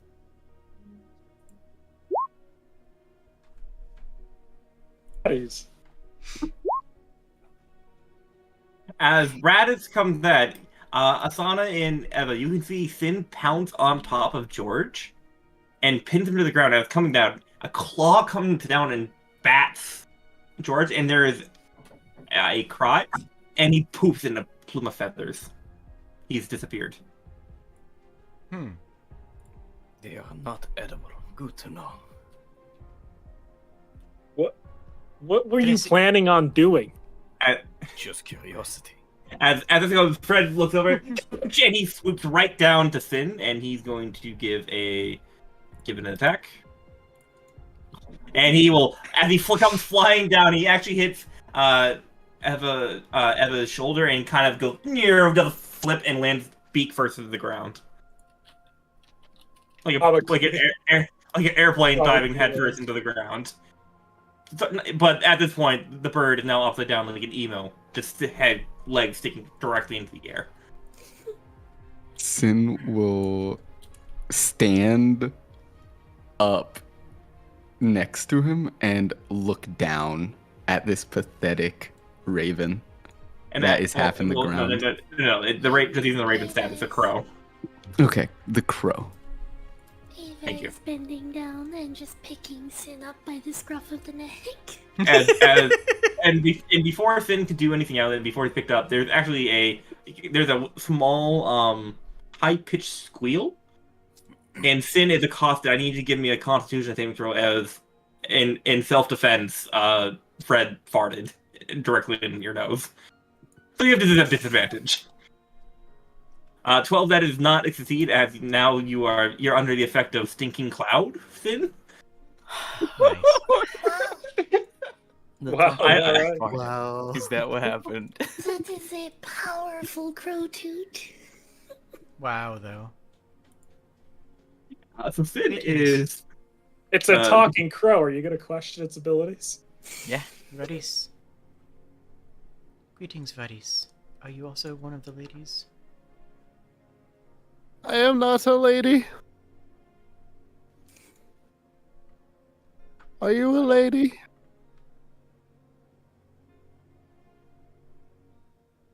Are you one of the lady's followers? Adherents? I don't know. I don't think you're going to get a believe lot of so. information out of him. Hmm. as Fred kind of scuttles his way out with the whatnot. Finally gets his beak out, shakes it around. Looks at Finn. No, Radis is not follower yet. Radis is our friend. We found him. He followed us. We like him. They've adopted Ava him. is just, That is nice. Ava is just scolding Sin. Bad cat, don't. I would say with being held by the scruff of his neck and being poisoned, it's a friend is going to launch another attack at advantage. Does an 11 hit Sin? Misses. And just flies past him, trying to get him at the beak. Fred flies up to the branch he was at. Seeing that, and Sin is crying indignantly at the injustice of being accosted and berated, and will dispel Sin. And listen into what our new bird man is saying. Alright, the stage is all for you. Sin has been dispelled. Fred didn't get to avenge his brother, but maybe George will return one day.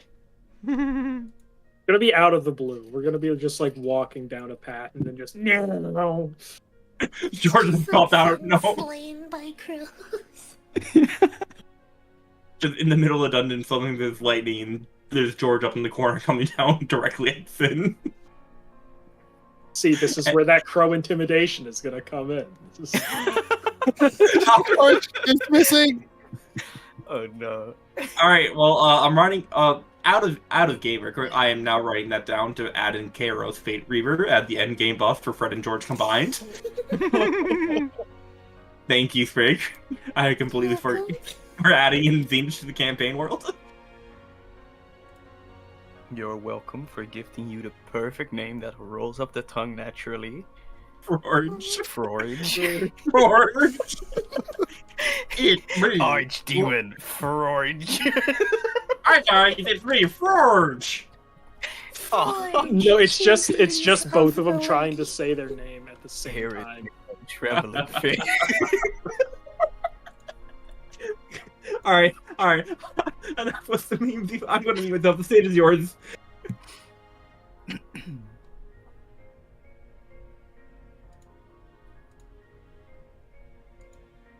I look very confused at all the new people that just showed up. Birds and slightly larger humanoid birds. Can I make a roll to see if I got any weird vibes from them, or like, you know? I am just looking over everyone. What could everyone describe their characters for, Tim? As well as Minnie, since Minnie is just now coming, has joined us as well. So going down the list, starting with Aisley, Radical, Jade, and I then hate Sprig. describing my character. Aisley, could you please describe your character for the two other players? When you look at N, you see a relatively short for an elf, man with long black hair and pale gray skin. He's dressed rather nicely, not in armor. And he is holding a notebook and quill. Almost always. And he has vibrant red eyes. Very aloof. And that is all. And then Asana? Asana is a little bit uncomfortable to look at. Just a simple glance shows that she sort of falls into an uncanny valley. Not really human, not standing without breathing, walking without quite touching, affecting the ground beneath her. It seems just slightly unnatural in everything that they do.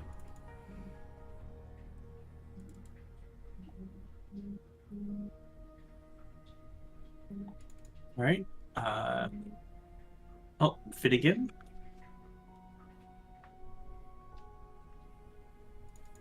Yes. Describe. Yes. Oh. I hate doing this. I'm gonna be real with you. Because Finnegan's like not a very different character. He's very basic. He is the basic white man. He's got scruffy, like unkept hair. He kind of just wears a long coat. He looks out of place and also right where he needs to be at the same time. I have no idea. I'm terrible at this. Ah, yes. See, I'm here to do everything awesome, guy, but I haven't bathed in a week. No. He You know, doesn't straight have white that man. much confidence.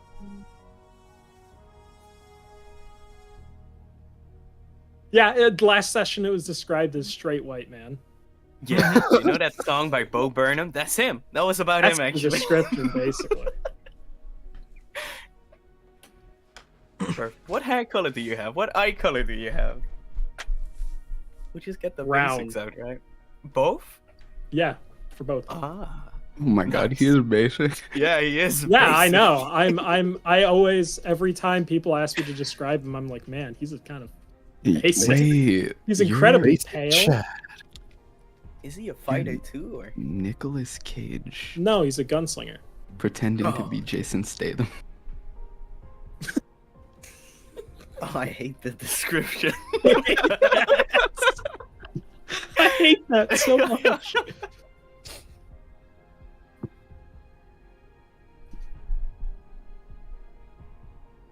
All right, and then, well, That art Yeah. looks too cool for the goofiness that has ensued. you know, I'm looking at the now that we've had basic Finnegan displayed, by the way, if you have art of your character, go ahead and please post it in the art section so that way people can see it. Miss Eva, can you describe your character? Yeah, Ava is,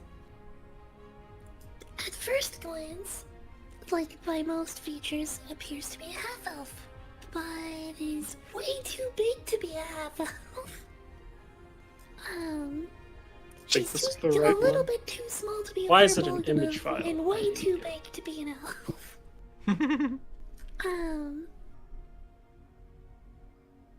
So she is very tall lady is the very short explanation. Deep like auburn reddish hair tied in a loose braid. She's got one scar at the corner of her eye. And a lot more like around her hands, like she has worked many hours in some sort of manual labor.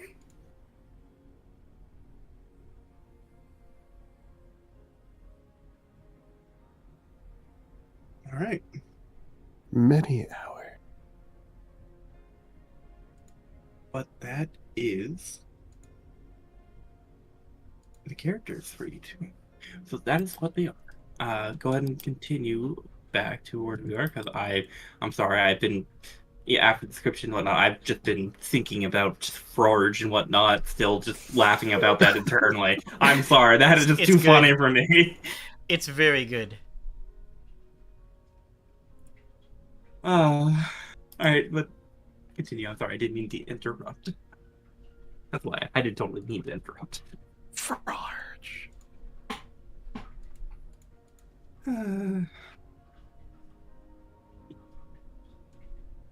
Whose turn is it now?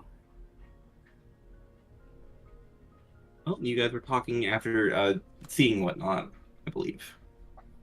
Yes. Ventus is small, 2 feet tall, normal kobold. Has a nice suit on, has a beautiful cape, cloak thing. Very lovely. Piercing red eyes that seem to stare into your soul.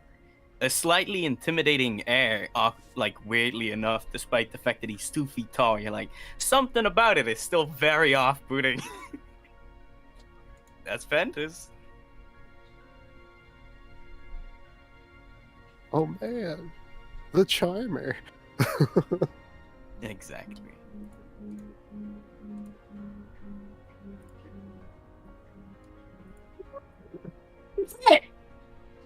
Hmm? Kitty, What? I'm Fred. Hi. Mm-hmm. Point the wing at and bad kitty owner. I got the art to work. Nice. Bad kitty owner. He comes over and lands on top of your head and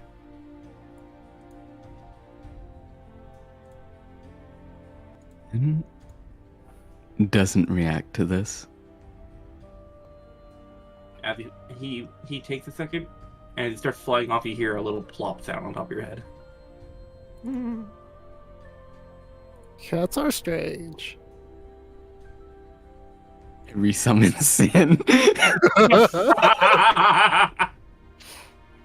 Too bad. Too bad. Fred is now away. Flies back to the top of his branch where Radis was. Ow. Lady wishes to meet in two nights' time. Head to the middle of the woods. Find your friend, the Fire Popper. Yes, Fire Popper. Find Fire Popper, and he can lead the way. 2 nights' time. Tonight being first night, of course. Looks down to you, Radis. You, Big Bird! Hello. Hey, you! Big Bird! Hey, bird! you! Bird! And no, hey, Bird! you! Hey! Bird! No, you're a bird. You're a bird. Here's the thing. We sorry your bird friend dead. And he's like, he's kind of moving his head up and down with each different word thing. But lady wants to meet you too. 2 nights' time. Fred must go find George in other realm. You stay here, follow them. Okay? Okay. Fred I looks. follow new strange friends. Be good bird. You're a good bird. Fred looks to you, Asana, and not in his typical voice, but you hear a much more calmer tone and actually more pronunciated and to the point. Lady Asana, please take care of this little fledgling until we meet at the designated time on the full moon. It is understood. Thank you, Lady of the Snow. And with that, it goes back to Fred's just right earlier wacky voice. Fred, go now! And he flies off. See you, Fred. Goodbye, bird. He does a double round, and he actually flies over, and again, he plops another sound on top of your head.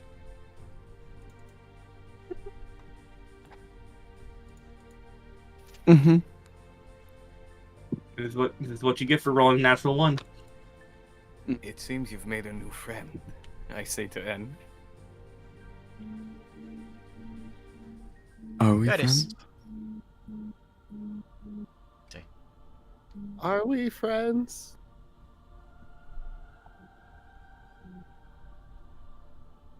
N shrugs and walks over to the group.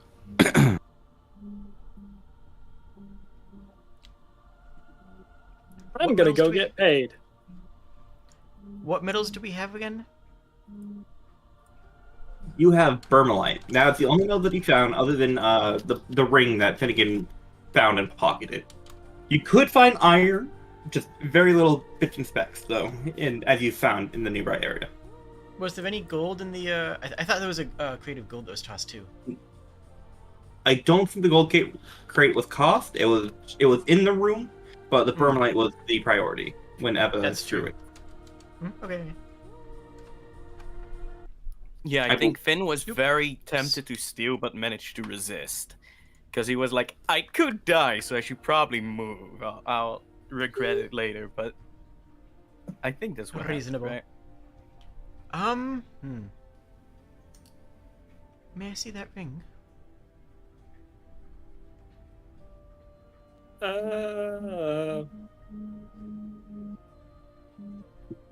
Yeah. He's gonna reluctantly give you the ring. Is there anything magical about it? This is just a gold ring? Like Do you I have thought it do looked you- cool. Do you have detect magic? I have Arcana. Allow me to be of assistance. I think I can just look at it. It and does. see. It does have an engraving on the inside. It's Well, as you check, well, it's actually on the outside of the band. or on the outside. Yeah. My bad. I can just, my eyes glow slightly brighter red, and I can just see if it's magic. I have Eldritch Sight. All right. So with your Eldritch Sight, you can definitely clearly tell it is some form of magic. The school for this is enchantment magic. Enchantment. There's some form of enchantment magic. Lovely. With this, of that school, what languages do you know, Ventus? And Asana, as you're also looking at the ring as well, what languages do you know? Common, Celestial, and I can understand know- anything. Okay, you understand, Celestial. but you read anything? No, I can't read at all. I actually am illiterate for text. So you can't read any written language. I Got cannot it. read full stop. Or beyond that, I can't even often recognize what writing is. Nice. I know Ventus, Celestial, Common, and Draconic. That's it. you both cannot read the banding of the engravings. You see like they're pretty symbols and whatnot, but you do not recognize.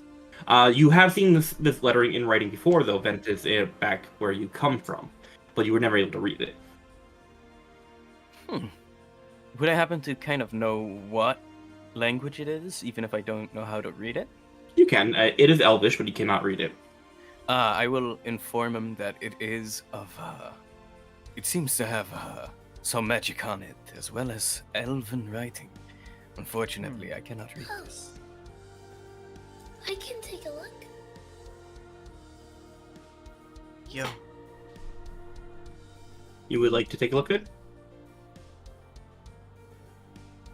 It's As been you- a few years, but Okay. Now, it takes you a little bit to translate it after it has been a couple years, and the written language is harder sometimes than the actual spoken language. But eventually, after about 2 minutes or so, you're able to give a rough translation, and with the help of N, even if it's not correct, you guys can get the proper translation. Yeah. Give me Which one moment. is- to find out. Give me one Ava moment. can read and write, but there is a significant difference between being able to read and write and being good at reading and writing. Oh, True. well, N is fantastic at writing and reading. Yeah, Ava is like, because her dad was the priest, she had to learn enough to be able to handle, like, she had to at least know how to read and write her own name. So she knows the alphabet. It just takes her a minute to sound things out. Yeah. I would actively be helping out. Not only am I curious about what's on it, but also I'm not going into town without Finnegan, so the faster this gets done, the faster we can head out. There it is. Sorry. Which, the word that is translated is a singular word. It's Amakia.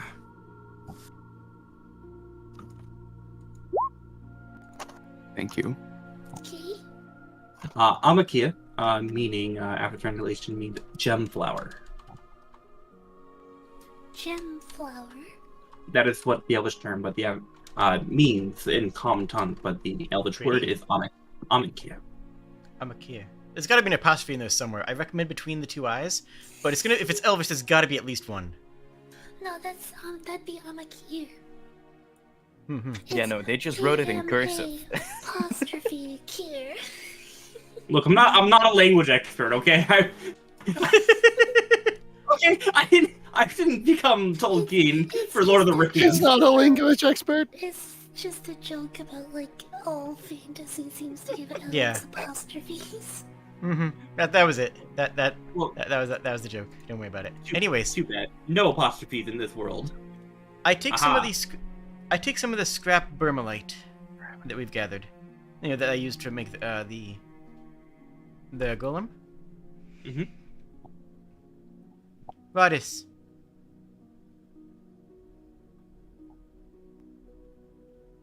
Radis, Yo! come here.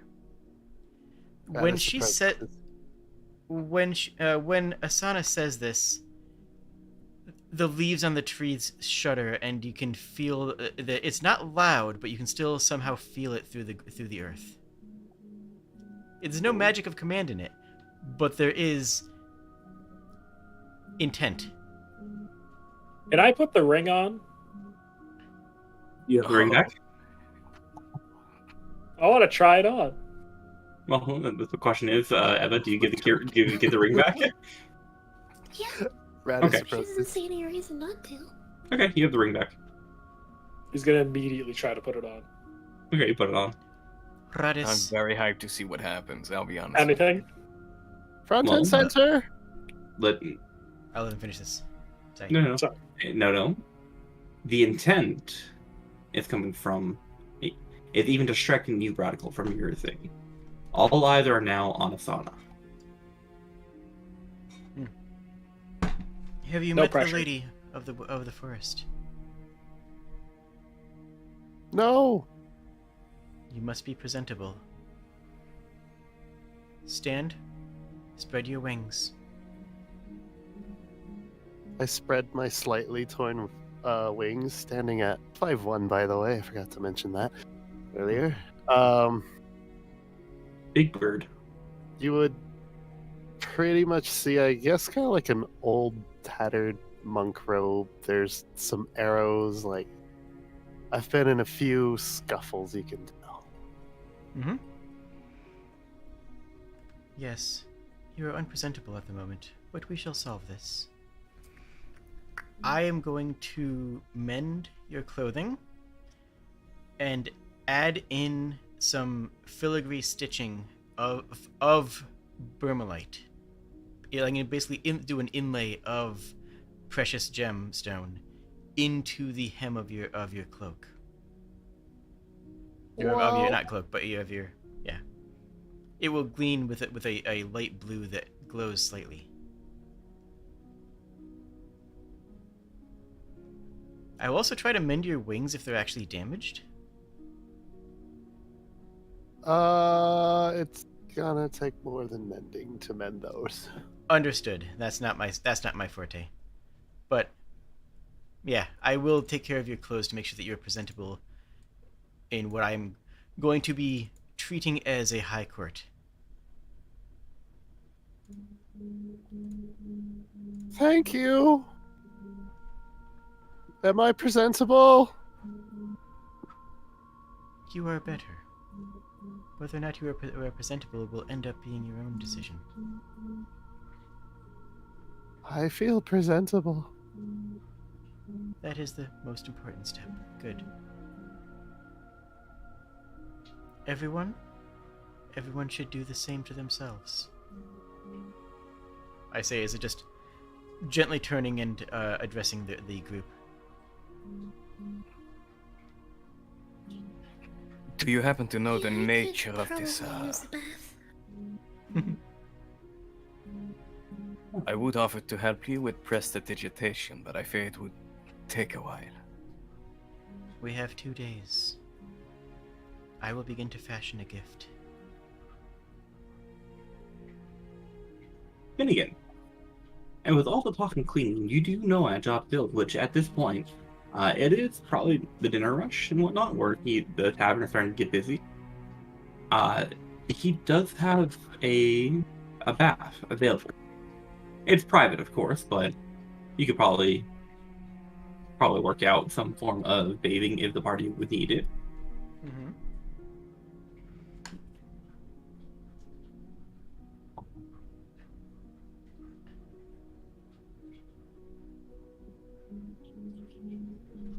Radical muted. No, I'm just thinking of a way to sarcastically respond, but I just failing to. No one would fucking Nice. you. This is a my character says something more clever than I can think of moment. Yeah, kinda. You said I something get so that cool too and witty. often. You're like, wow, what a cool and witty guy.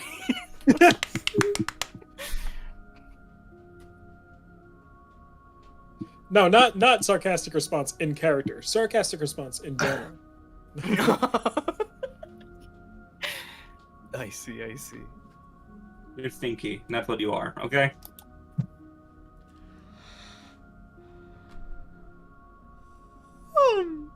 I also just put like a whole box of nerds into my mouth. Nice. Perfect. I'm still recovering. So just I walk over to play lady over here and ask him, would you happen to know the nature of this lady you're going to see? What sort of entity is it? They seek to talk to me as an equal. Therefore, we must be presentable. But do not worry. It is not how well you look by any of her standards, but your own. I have no doubt she will sense how comfortable and how presentable you feel that you have made yourself. If you try to cheat it, then it will not work, because it is the sacrifice of time to create the presentation of yourself that truly matters, even more so than the result. It is the sacrifice of effort and focus of creation. Perform these acts, and you will do well. Perhaps I should sit this one out. No. That's all she says, and then she turns and begins to work on something in the ground. Lovely. I will walk over to N again and go, so, we are headed to town, yes? coming way. Let's. I also want to sit this one out. It's like you've never been to a fake court before. Come on. It's like I have. There's an issue. Okay? Okay, fair, actually. Never mind. I take it back. And it's like that you're treating the Tabaxi that was very frantic at the fake court right now. All right. I Alright, feel so- like Ventus would have heard of a few ladies here and there. And depending on which one it might be, he might be less inclined to go, I feel like, right? Finnegan has met one lady of the woods and doesn't want to meet another. The one he knows already scares him. So he's... Yes, Perfect. that is the correct response. Yeah. Perfect. Not like scares him as in doesn't want to be around, but scares him as in Unnerves. unnerves. That's a much better. Yeah. He's unnerved by a couple of members in the group. Yeah, there's a few entities Ventus just doesn't want to interact with yet. Right? Yeah. So are people going to into town for payment / bathing? Yep, Yep. both. I'm going Alright. with pure curiosity.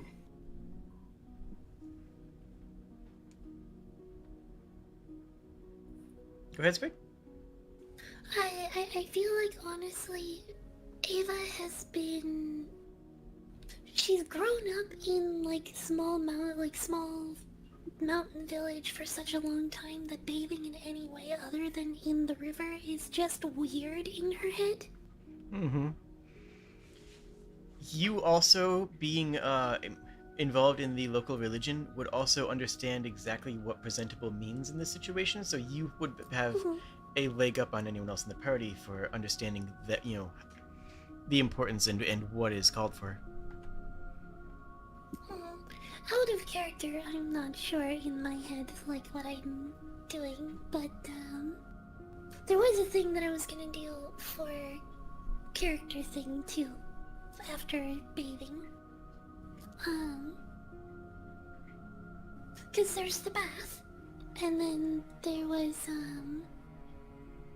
She doesn't really know much about the Lady of the Woods, but she knows a little bit of stuff about like woodworking and such at least. And with Fred and George always being such faithful messengers, she looks around. Probably takes a bit of a look while she's taking a bath and on her way back from it. To find like a cast-off branch that she will fashion into a crow's hook staff. So like just a staff with like a branch off to the side at the top. Mm-hmm. And then Nice. she'll whittle it down a little bit so you can see the exposed wood grain and give that a little treating with oil to keep it sealed.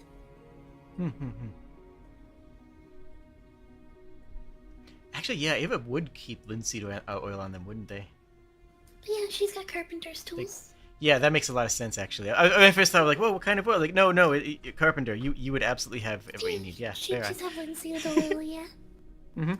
Actually, I think flax would grow more readily Actually, that's- in the climate. That's true. Yeah, flaxseed oil. Yeah.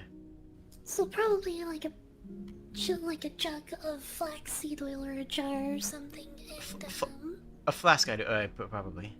yeah, flask. That's the word. Mhm.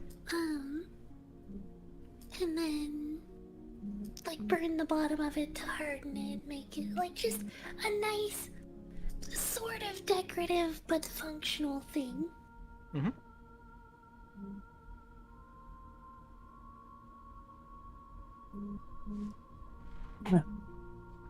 I am So- going to.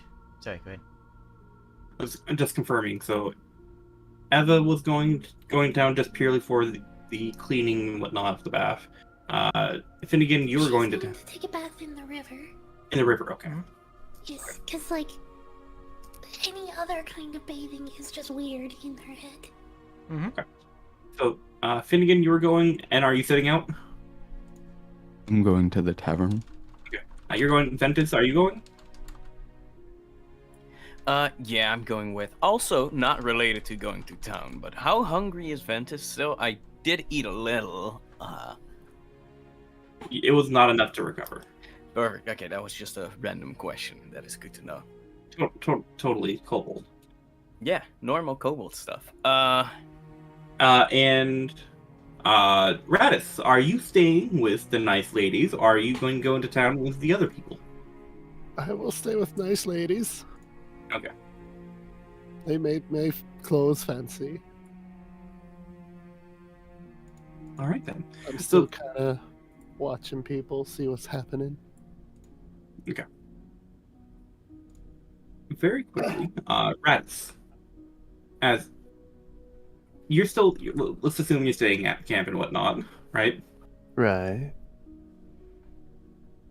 Eventually, when everyone has gone off, there's a poof of feathers, as the feathers that were exploded before all start swarming around the spot where George had passed, and they swirl into a tornado where they all start attaching themselves back to one together as wings start to appear, and then from the wings sprout the skeletal remains of George, and growing over the skeletal, the flesh, the feathers, and just George just casually, I'll bet creepily, reappears.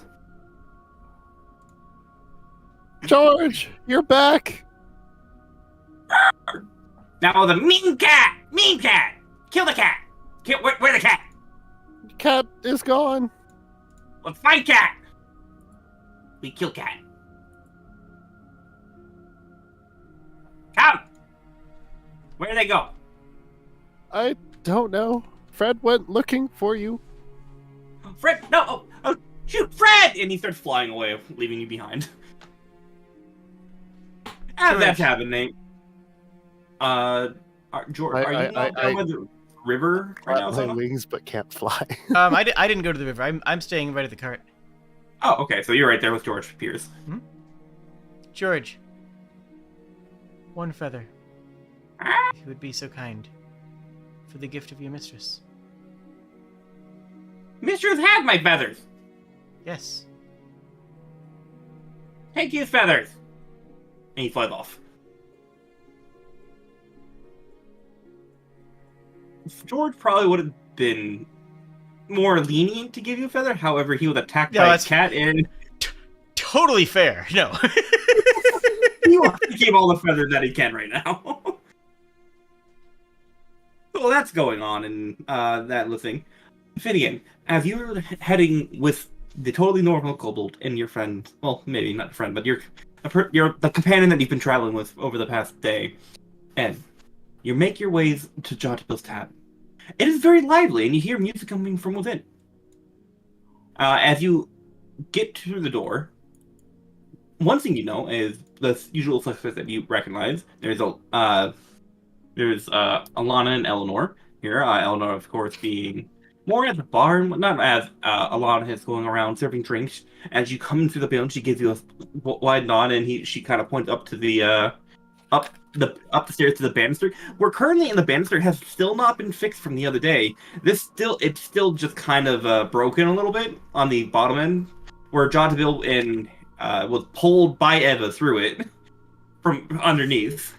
That has still hasn't been fixed, but the way is still up there. And one thing you do note is currently staring up at the banister, not noticing you, is the orc boys. Just like staring with like intention towards the upstairs door.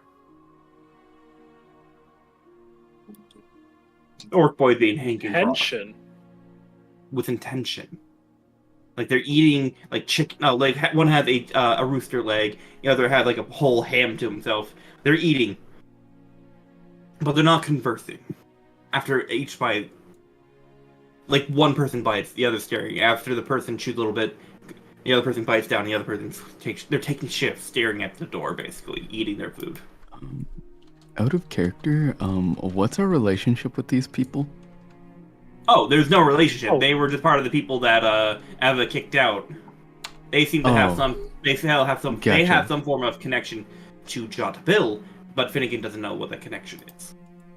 They got beef with Jotabill, and Finnegan wants to get paid, so he kind of Okay. did he? No, he attempted to interrupt them, but then they were pulled down by a giant lady. So it all before- worked out in the end. Sorry, before you guys go in, I say I'm gonna just stretch my legs a bit more. I was cooped in that room for far too long.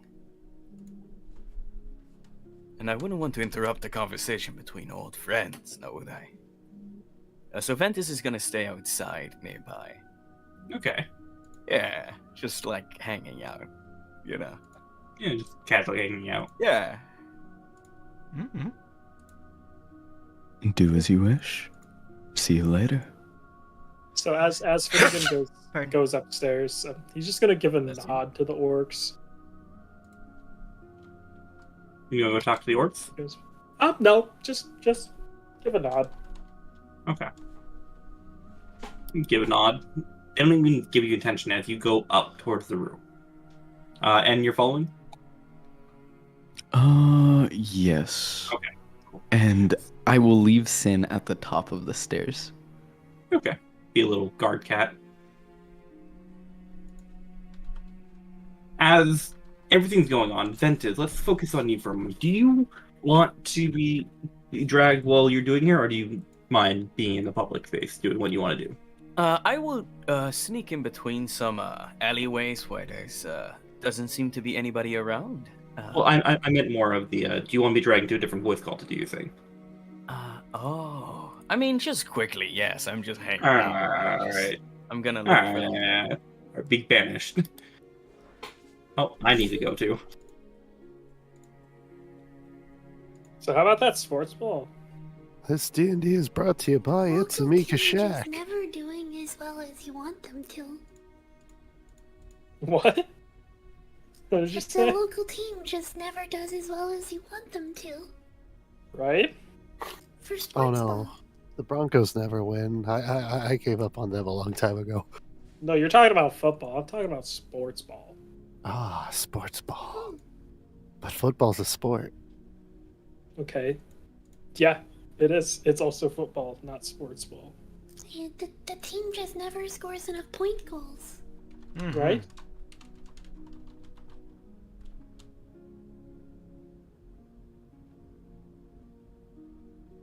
There was that one game that one time where they got close, but then the other team scored more. But they got hecked over by the referee. That's true. So wait, what's happening? I'm confused and scared. The refs make a lot of Fucking weird sports calls. ball. About sports ball. You mean? It's just use the most ultra generic terminology of sports. No, I went with regards to Kashak. I'm just like, wait. Oh, Ventus doing secret things in town. Oh, okay. Secret vampire things that only vampires should know. now Secret that vampire man. now that we're actually finally doing arrest, though, I can finally use my Grandtomo feature. I have no idea what that for is. bulk. It is functionally useless in most situations. Sick. Like all the best abilities. Oh yeah, but when it's useful, it's useful. Like that +1 to bird intimidation. It's basically over the course of 10 minutes, expend hit dice and hit points, and cause basically rapidly overgrown plants in the area. Oh, And then at the end of a short rest, recover twice as many hit points as you spent on the ritual. oh.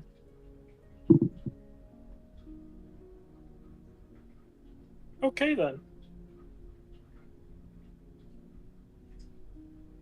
That's crazy. I would say hi to Caesar for you guys, but Caesar's the Oh wait, Kaisar. Okay, Primarily the Gruntummel thing is like flavor. It won't mechanically come up like basically ever. Hey, I love flavor.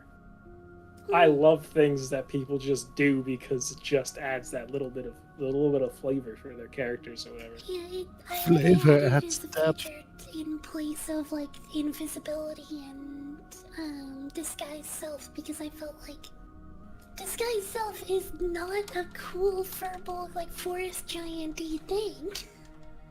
Neither is invisibility. They just don't feel forest giant-y. Right? Yeah. A big agree on that. You know what's great, guys? We got 2 new party members, and we still don't have a face. It's nice. Well, we do have a couple, but What do you you mean know, we don't have a face? Too new for that. just Like the somebody face to of- make decisions. Yeah, Oh, yeah, Oh, we're all neat. very indecisive. it's great. Everybody who's indecisive has been here for a bit, and everybody who's new is too new to make a decision. Or to feel like they should make a decision. It's nice. Oh yeah, it's very nice. It's great. Damn, I'll fit right in. I'm one of the most indecisive people I know. I will say though, once we get to talking to the Lady of the Forest, I will probably be very decisive in face because that is kind of my domain. That is kind of like, you know, Well, yeah. a peer. And then I will immediately go back to, you know, sitting on the ground playing with ants next time we're in a social encounter in a town, because that's where I feel uncomfortable. Nice. Oh, hey, I'm back. Yeah, Ventus just needed to pee real quick. Welcome back. We missed you. All right. Ah, thank you. Now, as Ventus leaked the proverbial basilisk, as we'll say, as we head up, Sin now being a Garcat. Finnegan, you're at the top of the stairs. The door's closed. What do you do? I'm gonna bang on the door. I don't know if you heard that, but I just banged my desk. Nope. The I did sound. not. Oh, one Alright. second, 1 second. That works. Okay. All right. Just casually flip over Oh, a yeah. bookshelf. That worked. Sorry, guys. I hit my desk really hard. It like bounced off my floor. Oh no! How's your hand? My hand's fine. Okay.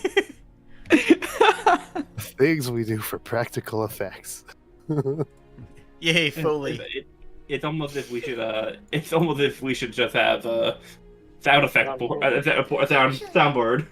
Speaking of Foley, I'm sorry, I gotta share this because it's the weirdest thing for me that I learned.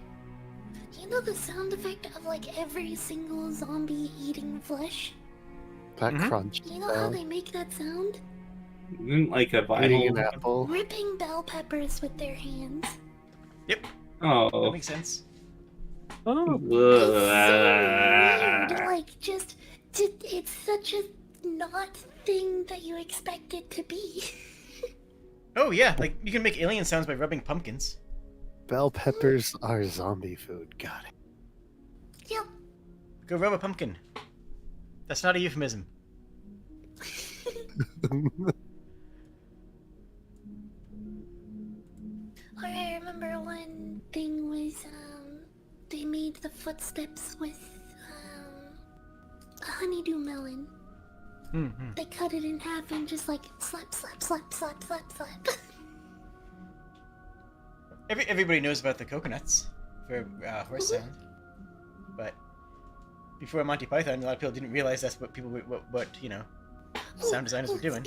Speaking of, I got to turn off my push to talk for it, but I learned how to do a thing a long time ago, and I can finally show it off.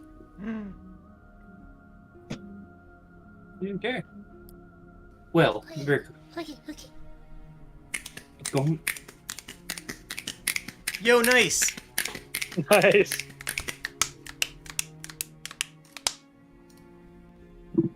Yeah. I too know the stone Very magic. nice. Very, very well done. When we need horse effects. I will make sure. I will make sure it's right. It's right there. All right. Going back to the knocking of the door. And my roommate just screamed, and I can hear it through my headphones. Tell them we say hi.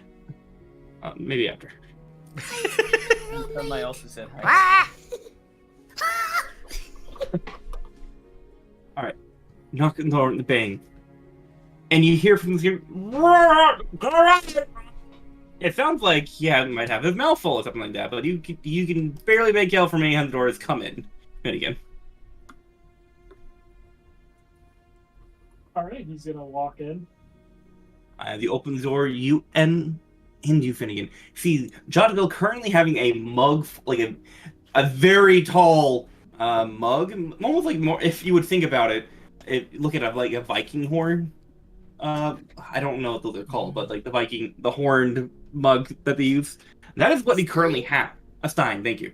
Currently have a stein of some amber liquid being shoved into his face. Amy. He pulls up a finger, oh, and he just keeps lifting it where he's now basically vertical with down his throat, and then slams a gun. Oh, Finnegan, hi, how are you? Hi, Finnegan, how are you? Amy. Hey, you. I mean, oh, that's the job, and then the mana going down. In the corner of there, Finnegan, over there, and he points to the opposite corner and whatnot. And there you see there is a satchel bag, currently on a nice little end table next to his bed. Candles, whatnot, and it is just clear there, right there. Oh, and Mr. N, how is the elf doing today?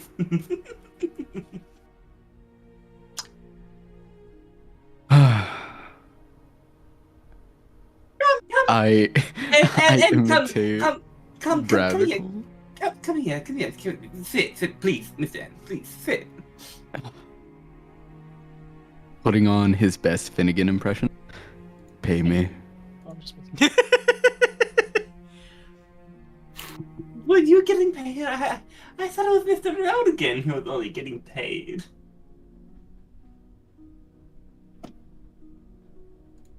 Huh? Sit down. Yeah, and he starts taking out a very large, like, whiskey jug. He just sets it on the table. Goes down and grabs more of a very good normal size mug and whatnot. Drink?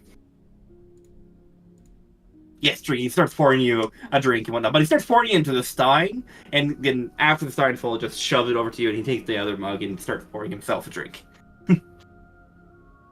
I believe Finnegan. Oh boy. I guess Finnegan went away really quick. So Finnegan, assuming going to go get the satchel. Caesar came home. But Finnegan, you see the satchel, and in front of you now is a stein of the amber liquid. And he after he's done, going like, "Cheers to the fall of David Lestorius Glen, the flavor of Gollum and Barmalite, and also the person who put a giant rock sword in my side today. That was very uncomfortable to go through all of that." Before I partake, Could you quiet down a bit? Take your money. It's you. He starts lifting up his mug. If you don't want to cheer and toast and get drunk tonight, Finnegan, then I think good night to you. Take the satchel, take your payment, and take your pathetic ass out of my office. Leave. I am having fun with my friend, and Mr. And we shall have drink and merriment. Unless you want to care and enjoy it, then I'll be me. Please sit down and have some drink with us. Yes. Finnegan's gonna take his money and leave. All right, Mr. Finnegan, you take the money and you walk out. He Doors does not through. want to be around Don't want to be around a drunk cat. that, and the fact that he just said that so blatantly and loudly. He doesn't want to risk that. All right. So Finnegan, as Finnegan's walking out, he needs him anyway. All right. Yeah, come on. And he just your stein. And please, drink with me.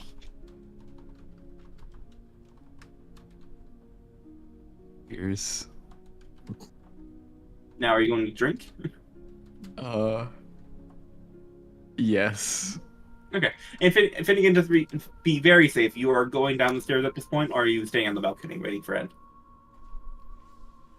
Oh, he's waiting on the balcony. Okay.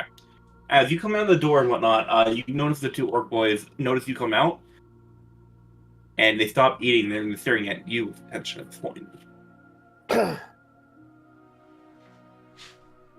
As that's going on, as the door slams and Mr. Jottaville looks over, he looks at that, like, he just is for you to drink, but at the same time, he takes his mug and just completely dumps it onto the ground. That was a very poor tasting drink. Mr. Hen, if you want to get drunk, please, by all means, take the stein, but it's very awful tasting. Out of curiosity, I will take a sip.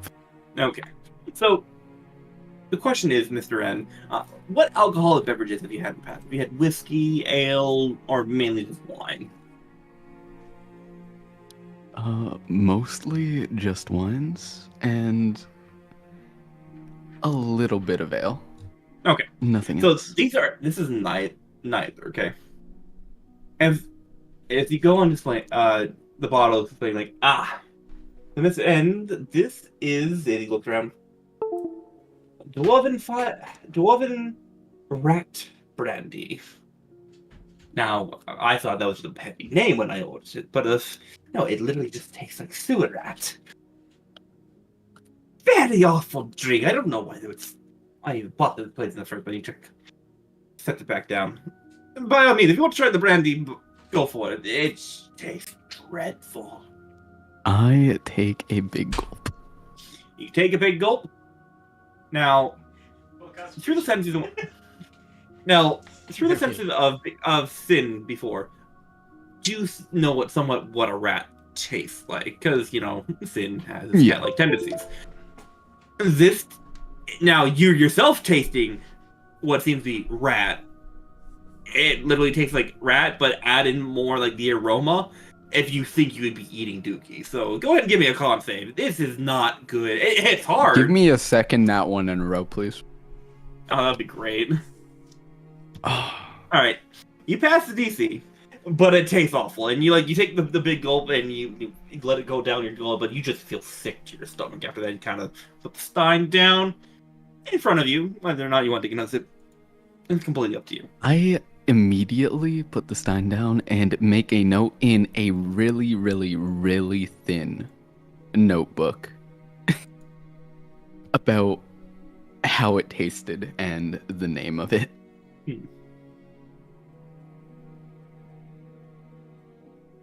So, what did you want to talk about? Let's talk about you and your party's actions today. Mr. Lin, you're more of a man that has more refined taste, maybe more of a civilized nature. Yes? Yes, you do. You're not just a simply money grabber, as Mr. Rodigan out there, and you're not the more peculiar type, the Lady Asana that you travel with, and of course Miss Oakenrinch. By the way, has Miss Oakenrinch come with you tonight? I do remember that we discussed possible location of her brother and my assistance in helping out. Did she still wish for that?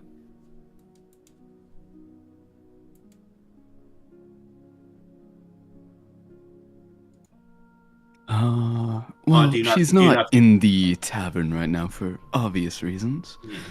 However, I can act as an intermediary. So you being the middleman. Well, then I will see that you speak on her behalf then, or at least provide my message. My assistance to help is still, my offer to help is still on the table. What assistance could you provide on that front? He kind of then takes his both his elbows and kind of puts it on the top of the desk, interlocking his fingers, folding him down, and resting his head upon them as he leans somewhat into you. I may not seem like it by earlier action, but at the same time, Mr. Finnegan thought I was drunk just now, and of course, I'm here talking to you normally. I am a man. Sorry, not a man. I am a cat.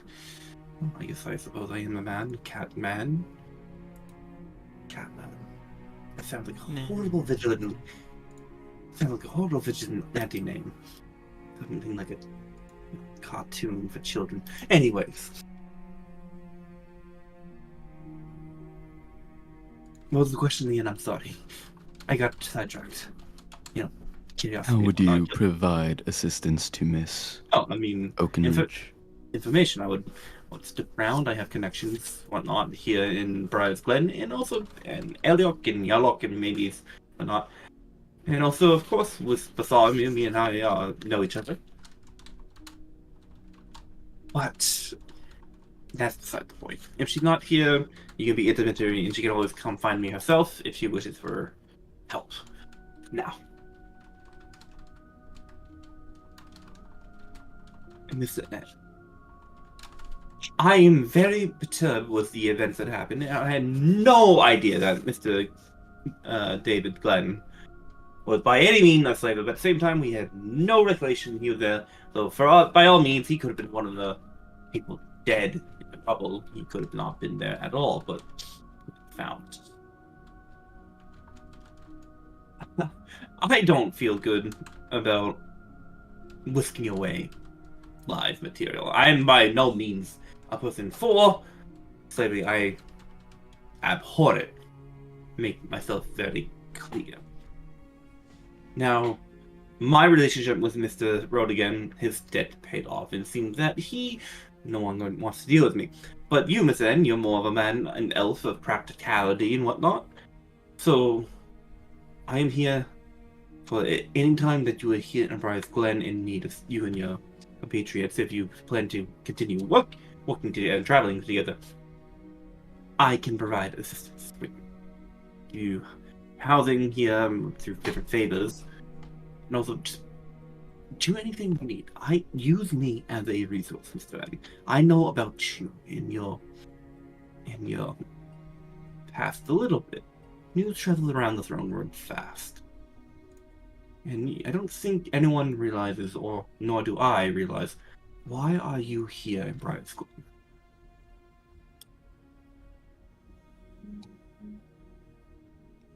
And we'll take another sip.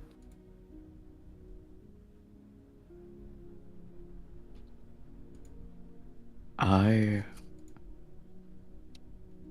am here to observe and record. This is a highly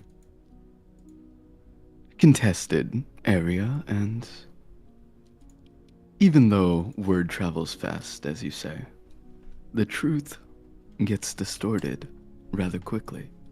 Don't you agree? The truth indeed gets very, very distorted. Excuse my voice earlier. I did drink some of it in, and I'm trying to just let it pass through my system. Of course. Voice back to normal now. Many talents. Voice manipulation being one of them. Now, Mr. Am I wrong to think that you and I can have a working relationship going forward? If Mr. Finnegan just wanted to be paid and whatnot, him being presented to me paying for that bond, basically, he's now paid. I don't want anything to do with that destruction of the mana. Of course, nothing will tie back to me. Now, I heard a little birdie around town had overheard a conversation that you had in the woods. And then he takes his left pointer finger and kind of points it up to the wall. And up in the banister, you see a little crow, kind of just picking at its wings. Looks down. Hey. Nice to see you again. Goes back to picking and cleaning his wings. You have no idea if it's Fred or George, but it does look like a crow. Come to my attention, Mr. N, that you and your compatriots have been requested by the Lady of the Woods, as she's now more known by the common folk. Is that correct? Yes. And what is your party's intentions? That bird is very finicky in the information that he displays, and he kind of looks at the crow and sticks his tongue out at it. We intend to talk. I intend to listen. Why are you so curious about the Lady of the Forest? I'm curious because the Lady of the Woods, not the Forest, the Lady of the Woods, you addressed nobility of some kind of. I'm not quite sure if she's just elevated. Most likely, let's be honest, most likely Fayish. When you are dealing with Fayish nobility, you use their full title. Less alone you want to have some misfortune of whether pranked or... Oh, look at that. The hands are now literally chicken feet. Falling behind you. The Fae are very finicky and whatnot. Look what they deal with. The Lady of the Woods.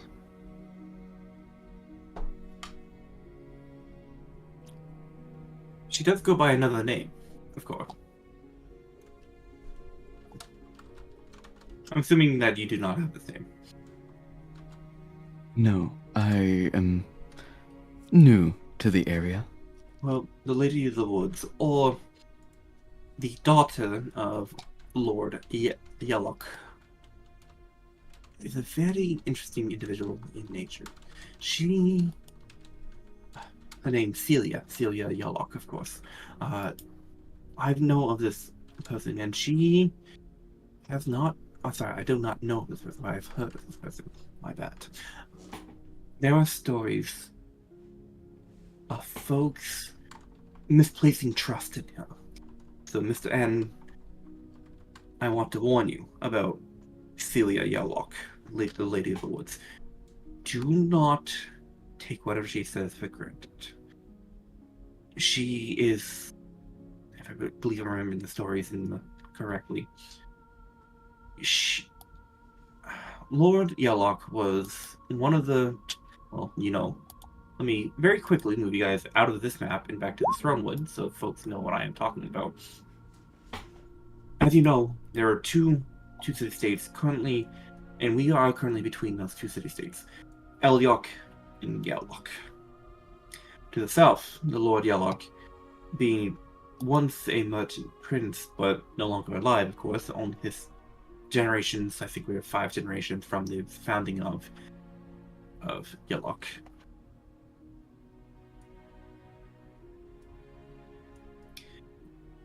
For some reason, the Lady Yellock is still alive, and I can only assume, from the stories I've heard, even though she presents herself as fayish, you of all people can know the opposite of fayish nature. Being what you are and whatnot, the type of elf you are, Shadakai, are you not? Indeed. Then you know the opposite of the Feywild, the Shadowfell, of course.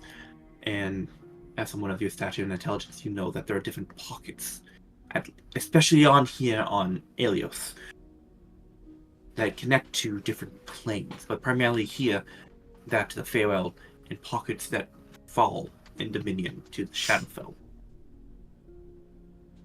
The stories beyond her and how she is still alive to this day, other than being an elf, is she has some form of bargain. More of the darkest kind. So, you may not be affected, but I fear for the compatriots that you hold, and you've been invited to. And I myself have been invited, but I will not be answering the call to the Witch of the Woods. So, stand. The Witch of the Forest? Witch of the Woods. My personal nickname for her. No, I'm sorry, but any person that deals with the Shadowfell, if they're not born of it, of lineage like yourself, but more so of people like the Witch of the Woods, the Lady of the Woods, Celia Yellock, and let's be honest, not the totally normal kobold that you found in the manor. I believe it was Ventus was his name. Be careful around people like them. People touched by the Shadowfell have changed, usually not in a good way. So take caution, Mr. N. As for the payment that you still require here, and from his pocket, from behind his vest, he'll take off a necklace. The necklace itself, silver chained, leading down to a amulet. That the amulet itself features, well, it is in how to describe. I'm sorry, I didn't. When I made this description, I apparently did not do that. Okay. I want to point you in the direction of the Luminion Council handouts that you might have, Mr. N, in your journal. Didn't update it. Cool. The amulet itself is a silver leaf, braided with an arrow sticking through either side of the leaf, piercing it from the front and back. The embroidery with different Elvish script on it reads the word in at least the tongue that you know is the Elvish word for light. So the amulet of silver leaf with 2 arrows piercing, which is a symbol that you know of Elios silver leaf, the Red Admiral of the Fae. The word inscripted on the leaf itself is the Elvish word for light. Here's For your light? payment for light. Okay. Yes, Sprague, okay? I know it's not the most descriptive, I'm sorry. Thank you for your hospitality, and I'll definitely be in contact if I'm in the area. Your connections will be rather useful, though I wouldn't worry too much about Ventus, was it? You always... He's you would- creepy, but the danger you can sense is less dangerous than the dangers you can't. No, I'm always careful when it comes to shadow. Anyways, Mr. Do be careful, and I hope in good time that we will see you again. Now, if you excuse me, there's someone I'm here to meet. And on the outside of the balcony, whatnot, not the orcs coming up, but Finnegan, as you're kind of going over the bag or whatnot of the gold that you have inside, you do end up hearing the creaking of stairs, and you see a person coming up the stairs. This being is more of an avian, if you would actually, because you know different birds of prey of the coast, and you being from Wayfalls, go ahead and give me a history check very quick as you see this hawk-like humanoid walking out the stairs, where he's actually missing his left wing, where his arm would be. Currently adorned in very mint-like green clothing, going down like more of a tunic, right? A tunic with different brown cape and whatnot. Go ahead and give me that history check. Okay, Nat. You know this man's IP address. That is correct. Yes, you know this man's IP address. Let me get you. My IP address is 4. I know his social security number. I know his. So with the gray tunic and whatnot, the brown cape and whatnot, there is a scar over his left eye and his beak, the beak tip where it would be. And you recognize this as a raptor. Now raptors are small humanoids, more hawkish or bird of prey style of nature, that usually reside in Wayfalls, but is interesting. But they can be seen throughout the different worlds and whatnot, as the phage connections have melded together here in Luminon, whereas beings of the Feywild, originally where raptors descend from, can be found throughout any port in the world. You, however, recognize the embroidery of this tunic, the facial features, and also the missing left wing. You remember months ago, back in Wayfalls, there is reports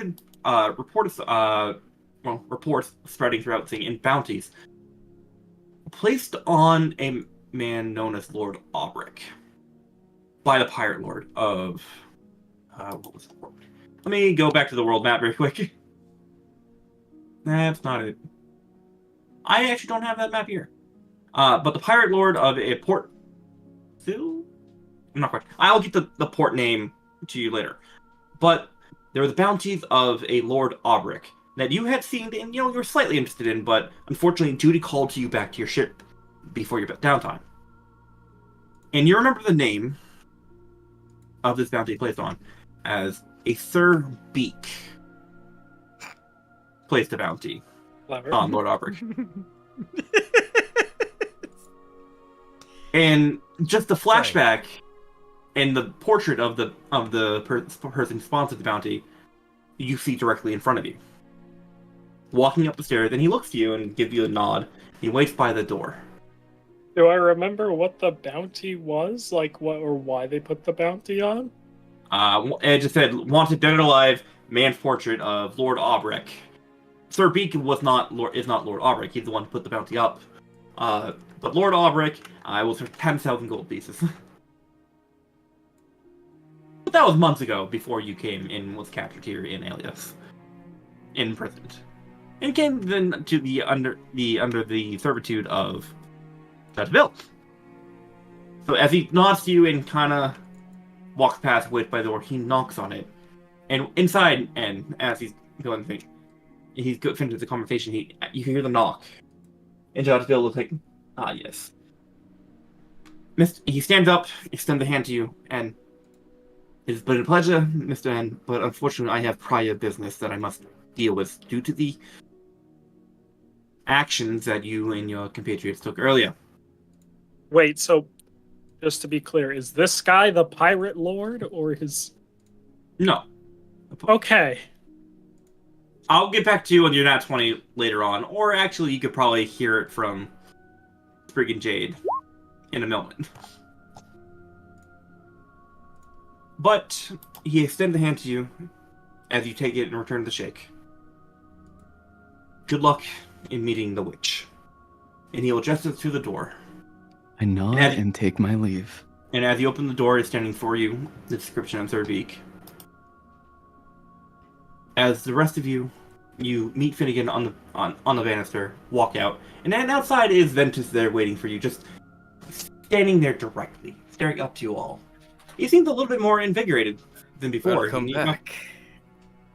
Stretching like my legs seemed to have helped. It was just a cramp, I assume.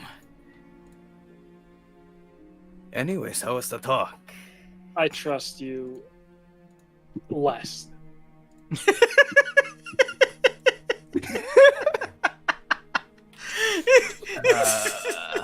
And you seem a little... Excuse me first, so... but you're just... a brisk walk helped you that much?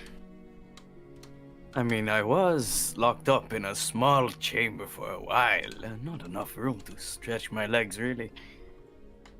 I mean, Fair look enough. at this. I'm feeling so much better. I just walk up the side of the building.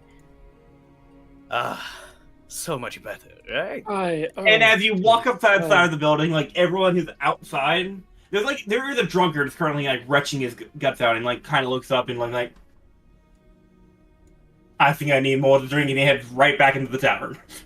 At least pay a fee for the amusement. Drunkards. I walk past down the side of the building. And as he's walking in, he tosses a copper to the ground. Thank you, Sokai.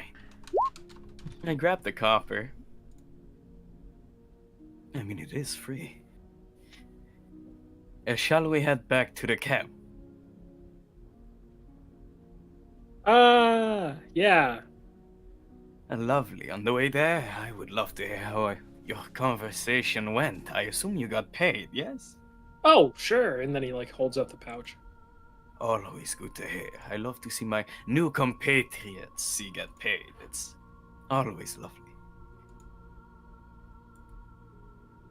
Anyway, let's walk. I start heading in the direction that I know the camp is in. I seem a lot more full of life suddenly. Far more there, you know? And with interesting. you doing that, well, folks, as the rest of you all start converge on your camp, and with new information present, and also new people met, welcome to the party, Raditz. Hi. Oh, I'm gonna really quickly note down, remember the one-armed bird man. How much did you mention on the way back of like what the guy said or like who you met? Oh, and stuff I like mean, that? I didn't hear much. I just realized he was drunk and left. You have no, were not part of that conversation at all. Yeah. Yeah. Okay. But So the one with the info is N. Okay. Yeah, Ventus wouldn't know, so I'm kind of pestering Finn mainly. He had the pouch. I don't know. very quick, Finnegan inside the pouch is let's see, on there was Isha, but mine is Isha. 1, 2, 3. Well, there's 600 gold pieces in there. Now you can be you can be selfish and pocket that, but you also have people who help you out with your job. All right, totally in the satchel are 600 pieces. Easily, we'll talk about the amulet that I gave you and whatnot another time. And Finnegan, well, you have a ring, cool. But that's where we're going to end tonight, at least for the campaign wise. Well, in the session wise. Sorry, campaign's not ending tonight. Let me rephrase that. Campaign's not done. Like, yes, get all the information. One session. As You you know, get all suddenly this- see the night sky become bright, you look up and see a great big meteorite. This is coming down directly into Briar's Glen, wiping Roll out credits. Alios. Well, we had a good run. Folks, this has been Luminon. Thank you all for joining us, as we will now be going to the world. And anxiety to many more things than expected. True. He gave life to inanimate objects, and not all of them were pleased about it. I don't think most of them were pleased about I it. mean, we have all tinkered with the aspect of life here and there, right? It's not I- that. Who has- That's normal. That's just normal. Yeah, exactly. Can I do one quick plug before we close out? Oh, of course. Oh yeah, before we do plugs, go ahead and do that plug, and then everyone go ahead and do the plugs for everyone else, because we have new friends who are actually streamers and whatnot. So go ahead and do your plug. So during this stream, I actually hit 1,900 YouTube subs. Yo, Damn. nice. Oh. Yo! Nice. And Yo! for the entire month of February, I am donating $1 for every single new YouTube subscriber for to the Trevor Project, which is a transgender support group. Yes! So youtube.com/@JadeTheKobold. I'm already in over $100. This is gonna be wonderful. Nice. Folks, make sure you go subscribe. Sorry, not follow. Go subscribe to Jade on YouTube, so that way we can keep raising up that donation. The free one. Yeah. But if you have the money and whatnot, you should totally just become a member. Oh, yeah. Oh, of course, of course. So- Don't forget to like, comment, and subscribe. Yeah. Yep. Thank you. Hit Thank that you. bell icon for notifications. But folks, you can find Jade at jadethekobold .fun, I believe, or kobold.fun. Yep. Kobold.fun. Just slam that in your browser. But also we have a couple other people. Could Aisley, Sprig, could you both plug yourselves? Yeah. Plugs. Kobold Sprig on Twitch. I'm a weird pink internet lizard. Love that. Aisley on Twitch. I totally stream. Yeah. True. Consistent Bro, man. streamer. Totally consistent streamer. Not inconsistent Yes. at all. Yeah, totally consistent. Mm-hmm. And I just hit the commands in for everyone on my chat too, so you've got everyone's links right there to check out their channels too. Thanks. I actually don't have Teo's. There it is. Got it. Thank you. I'm part of Aisley's Discord, but I don't think I've actually tuned don't in. think I've used my Discord. Let me stop. No, you don't ever use your Discord. But anyways, Minnie, go ahead and plug yourself, please. Hi, I am Mini Diablo. I play shooters and do art on Twitch as well, where you can find me. It's just Mini Diablo, one word. And I'm a purple lizard on the internet that is bad at games and art, but I do it anyways and have fun with it. That's what counts, isn't it? Exactly. And our newest friend joining us here tonight in Luminon, Mr. Teo Otter. Could you, can you tell us a little bit about yourself? Can you tell us a little bit about yourself? Oh my god, no, okay. We're out of session now. Okay. What can you? Hello, I am Teo, also found on Twitch at Demon Otter Games. Join us Monday at 2 p.m. for some Satisfactory.